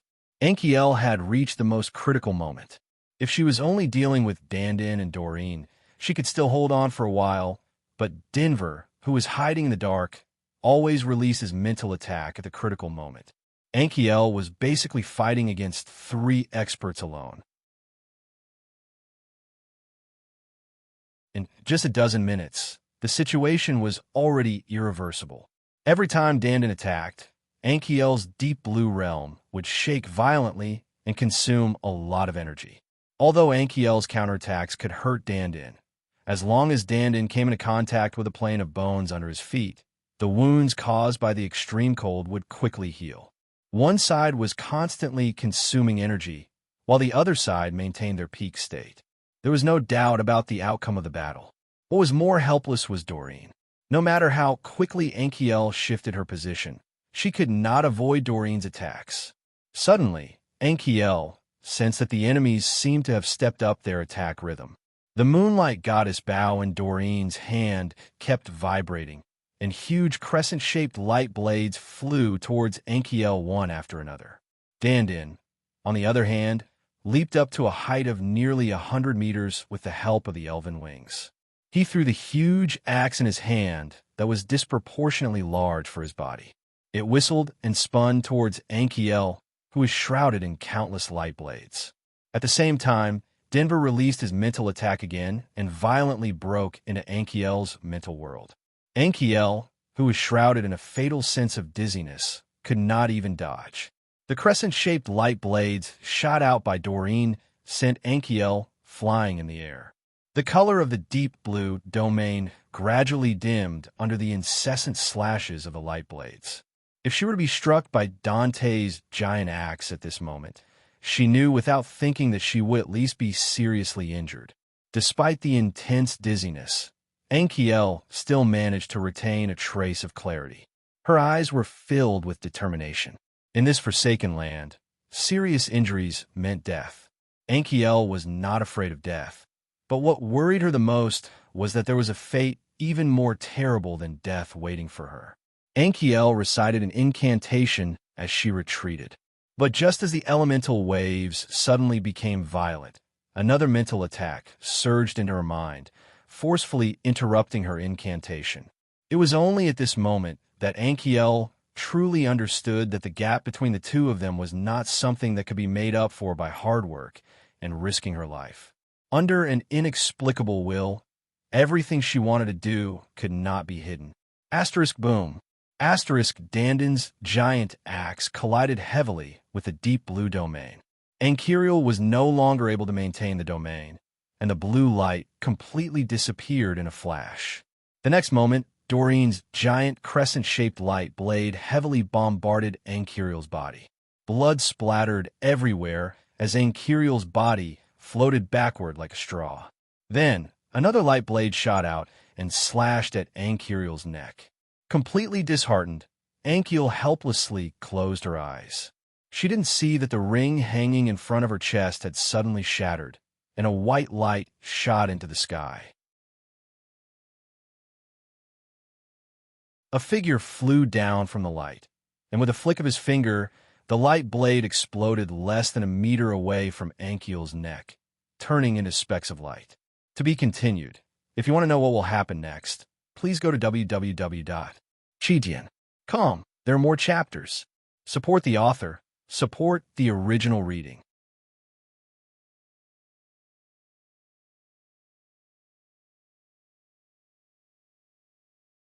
Chapter 569. Closing her eyes, Ankiel waited for the pain to come, but nothing happened. Furthermore, the mental attack released by Denver suddenly receded from her mind like a tide. The moment she regained consciousness, she felt an arm full of strength wrap around her waist. Ankiel immediately opened her eyes and saw Han Jin's sunny smile. An indescribable wave of emotion rippled and surged in her heart. She had 1,000 words to say, but she didn't know where to start. In the end, she said bitterly, "You shouldn't have come," a very classic line, isn't it? Han Jin's smile had a hint of ridicule. Ankiel didn't know where her line was classic, but it didn't matter anymore because she had gained a companion who would never give up. For countless years, she hadn't been sleeping in Lost Valley.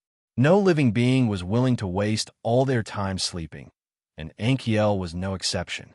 Moreover, she had always been at a loss about the future, so she often traveled outside. She had seen too many betrayals, internecine killings, and even repaid kindness with enmity. Later, she had despaired of life itself. She couldn't find a single piece of pure land in this vast world. It wasn't until she met him that she gradually learned to raise her perspective to a higher level. She also learned to look at life's struggle for fame and fortune with tolerance. This was normal. If there were no more struggles, perhaps the world would become more terrifying, and life itself might lose its source of evolution. Moreover, what was so wonderful about a peaceful and ordinary world? Even today, she still remembered his words. Life was a reed, incomparably fragile, but life was a reed that could think.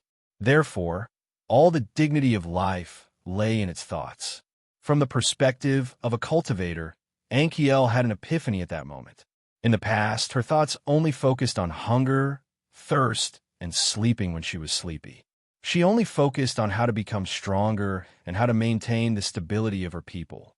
To her, these were all she cared about, because she wanted to learn more, and also because she didn't want to see the first human who had won her respect die. She didn't hesitate to change her appearance and mix in with the lowly life. In fact, the centipede dies, but never falls down. Although the beastmen had internal strife, it was too difficult to build a human city in the beastmen's territory. Of course, part of the reason was because of Solomon's strategy, but Ankiel's secret protection also played an important role. Hanjin in front of her was the second human who had truly won her respect. It wasn't because of his tyrannical strength, nor was it because Hanjin had saved her, but because of his sense of responsibility. When they were in the Abyss world, Hanjin had said that if Nikolay hadn't invited him, he would have found the lair of the Abyss demons. Later, she understood that Hanjin wanted to completely destroy the demon pool and cut off the connection between the death god Hamas and this plane. More importantly, there were various irreconcilable conflicts between Hanjin and the dragon race. For the future of the Holy Crown City, he should watch the fire burning across the river. At least, he shouldn't take the risk himself. Suddenly, the white light emitted from Hanjin's palm interrupted Ankiel's reverie. She found that under the white light, the wounds on her skin were slowly healing at a speed visible to the naked eye. Ankiel came back to her senses, gently pushed Hanjin away, stood on the ground, and then brushed her messy long hair. Since Hanjin's appearance, Dandin and Doreen had stopped attacking. They seemed to be unable to understand how Hanjin had forced his way into this abandoned land. Before they figured out the key, they didn't want to start a fight. Do you know who they are? Ankiel asked in a low voice. The disciples of Denver. What's wrong? Hanjin asked. You're wrong. At this time, Ankiel knew that they didn't have time for jokes and riddles, so she chose to get straight to the point. Do you see that dwarf? He's the king of dwarfs, Dandin. And that one, she's holding the bow of the moonlight goddess. Do you know who she is? The elf messenger, Doreen. Even in his dreams, Hanjin had never thought that he would hear the names that he had heard so many times. He was stunned for a long while and still looked at Angiel with hesitation. He still couldn't believe what he was hearing. Do you know who the real owner of this abandoned land is? Ankiel seemed to be unsatisfied and continued to provoke Hanjin. Denver. If Hanjin had said it a moment ago, he would have been 100% sure. But now, he couldn't guarantee anything. It's the god of the underworld, Staya. Ankiel's smile became bitter. Do you understand? You really shouldn't have come. Then, after you're killed, will the god of the underworld obediently scram and disappear from our plane? Hanjin finally recovered from his shock, and a bright smile appeared on his face once more. Hanjin's words were unpleasant to the ears, and they were equally rude to Ankiel and the god of the underworld. Ankiel was angry and amused at the same time, but she understood what Hanjin meant. If not, is there anything that should or shouldn't be? Hanjin slowly turned around and glanced at Dandin and Doreen, who were standing still. They're not what I imagined. So ugly. Don't blaspheme them. Ankiel said seriously. Their souls have been corroded. Otherwise, even Dandin wouldn't be willing to become Staya's slave. Ha! Judging from their situation, they don't need my apology. Hanjin looked around. But I'm curious. That god of the underworld is hiding in this plane. Why hasn't the laws been shaken? The god of the underworld, Staya, fell long ago during the Age of Gods, and his quintessence was taken by the god of death, Hamas. What we are facing now should be a fragment of a quintessence. His power is not enough to change the laws, Enkiel said. So he just a third-rate god? Or not even a third-rate god? Hanjin asked with a smile. Enkiel's eyes widened. No one had ever dared to use such a tone to mock a god. Even if it was just a fragment of a divinity, its power was at least above that of the god of death's projection. The reason he was hiding in the abandoned land was not because he was afraid of being hurt by a powerful being, but because he was afraid that he would become a sweet fruit. It was precisely because the god of death had possessed the divine spark of the god of underworld Staya that he could become the overgod of darkness.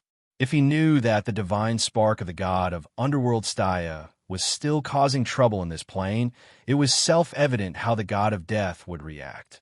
What could be more important than capturing a divinity? Enkiel's breathing became heavy. Although Han Jin's tone was calm, she could feel a kind of heroic spirit that soared to the sky, a kind of heroism that would not change even if he died 100 times.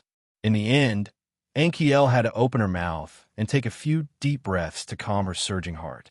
Looking at Han Jin's calm expression, she suddenly smiled. There was nothing to be nervous about. The only thing was death. Then, she would use this time to put a full stop to her life. The atmosphere in the abandoned land became deathly silent. Han Jin was silent, and so was Enkiel. They were all waiting for the final moment to erupt. After an unknown amount of time, a gloomy voice came from afar. Arrogant blasphemer, you have thoroughly angered me. Do you know that? Your suffering is about to come. I've heard similar words before, Enkiel said with a smile. You see, my friend is already dissatisfied with the god of the underworld. Can you change it? Han Jin laughed out loud. Rise, my most loyal warriors. The gloomy voice did not respond to Han Jin's provocation. At this point, there was no point in arguing. The vast plain suddenly turned blood-red. Clear lines of blood drilled out of nowhere and rushed toward the motionless Dandin and Doreen. Layer after layer of blood webs merged into the two skeletons one after another. Dandin and Doreen were gradually filled up at a speed that could be seen with the naked eye. Even Gotha, who had been severely damaged by Enkiel's attack, became the center of the blood webs. However, the other undead creatures were not affected. It was obvious that the three heroes of the First World War were special props made by Staya.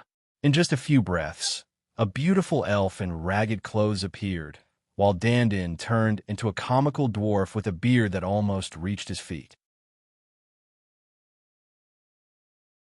Of course, the so-called beauty and comical appearance only represented one's senses. Their subsequent actions were filled with murderous intent. Doreen's fingertips flicked rapidly on the bowstring. She didn't pull the bowstring, but held it in front of her chest like a harp.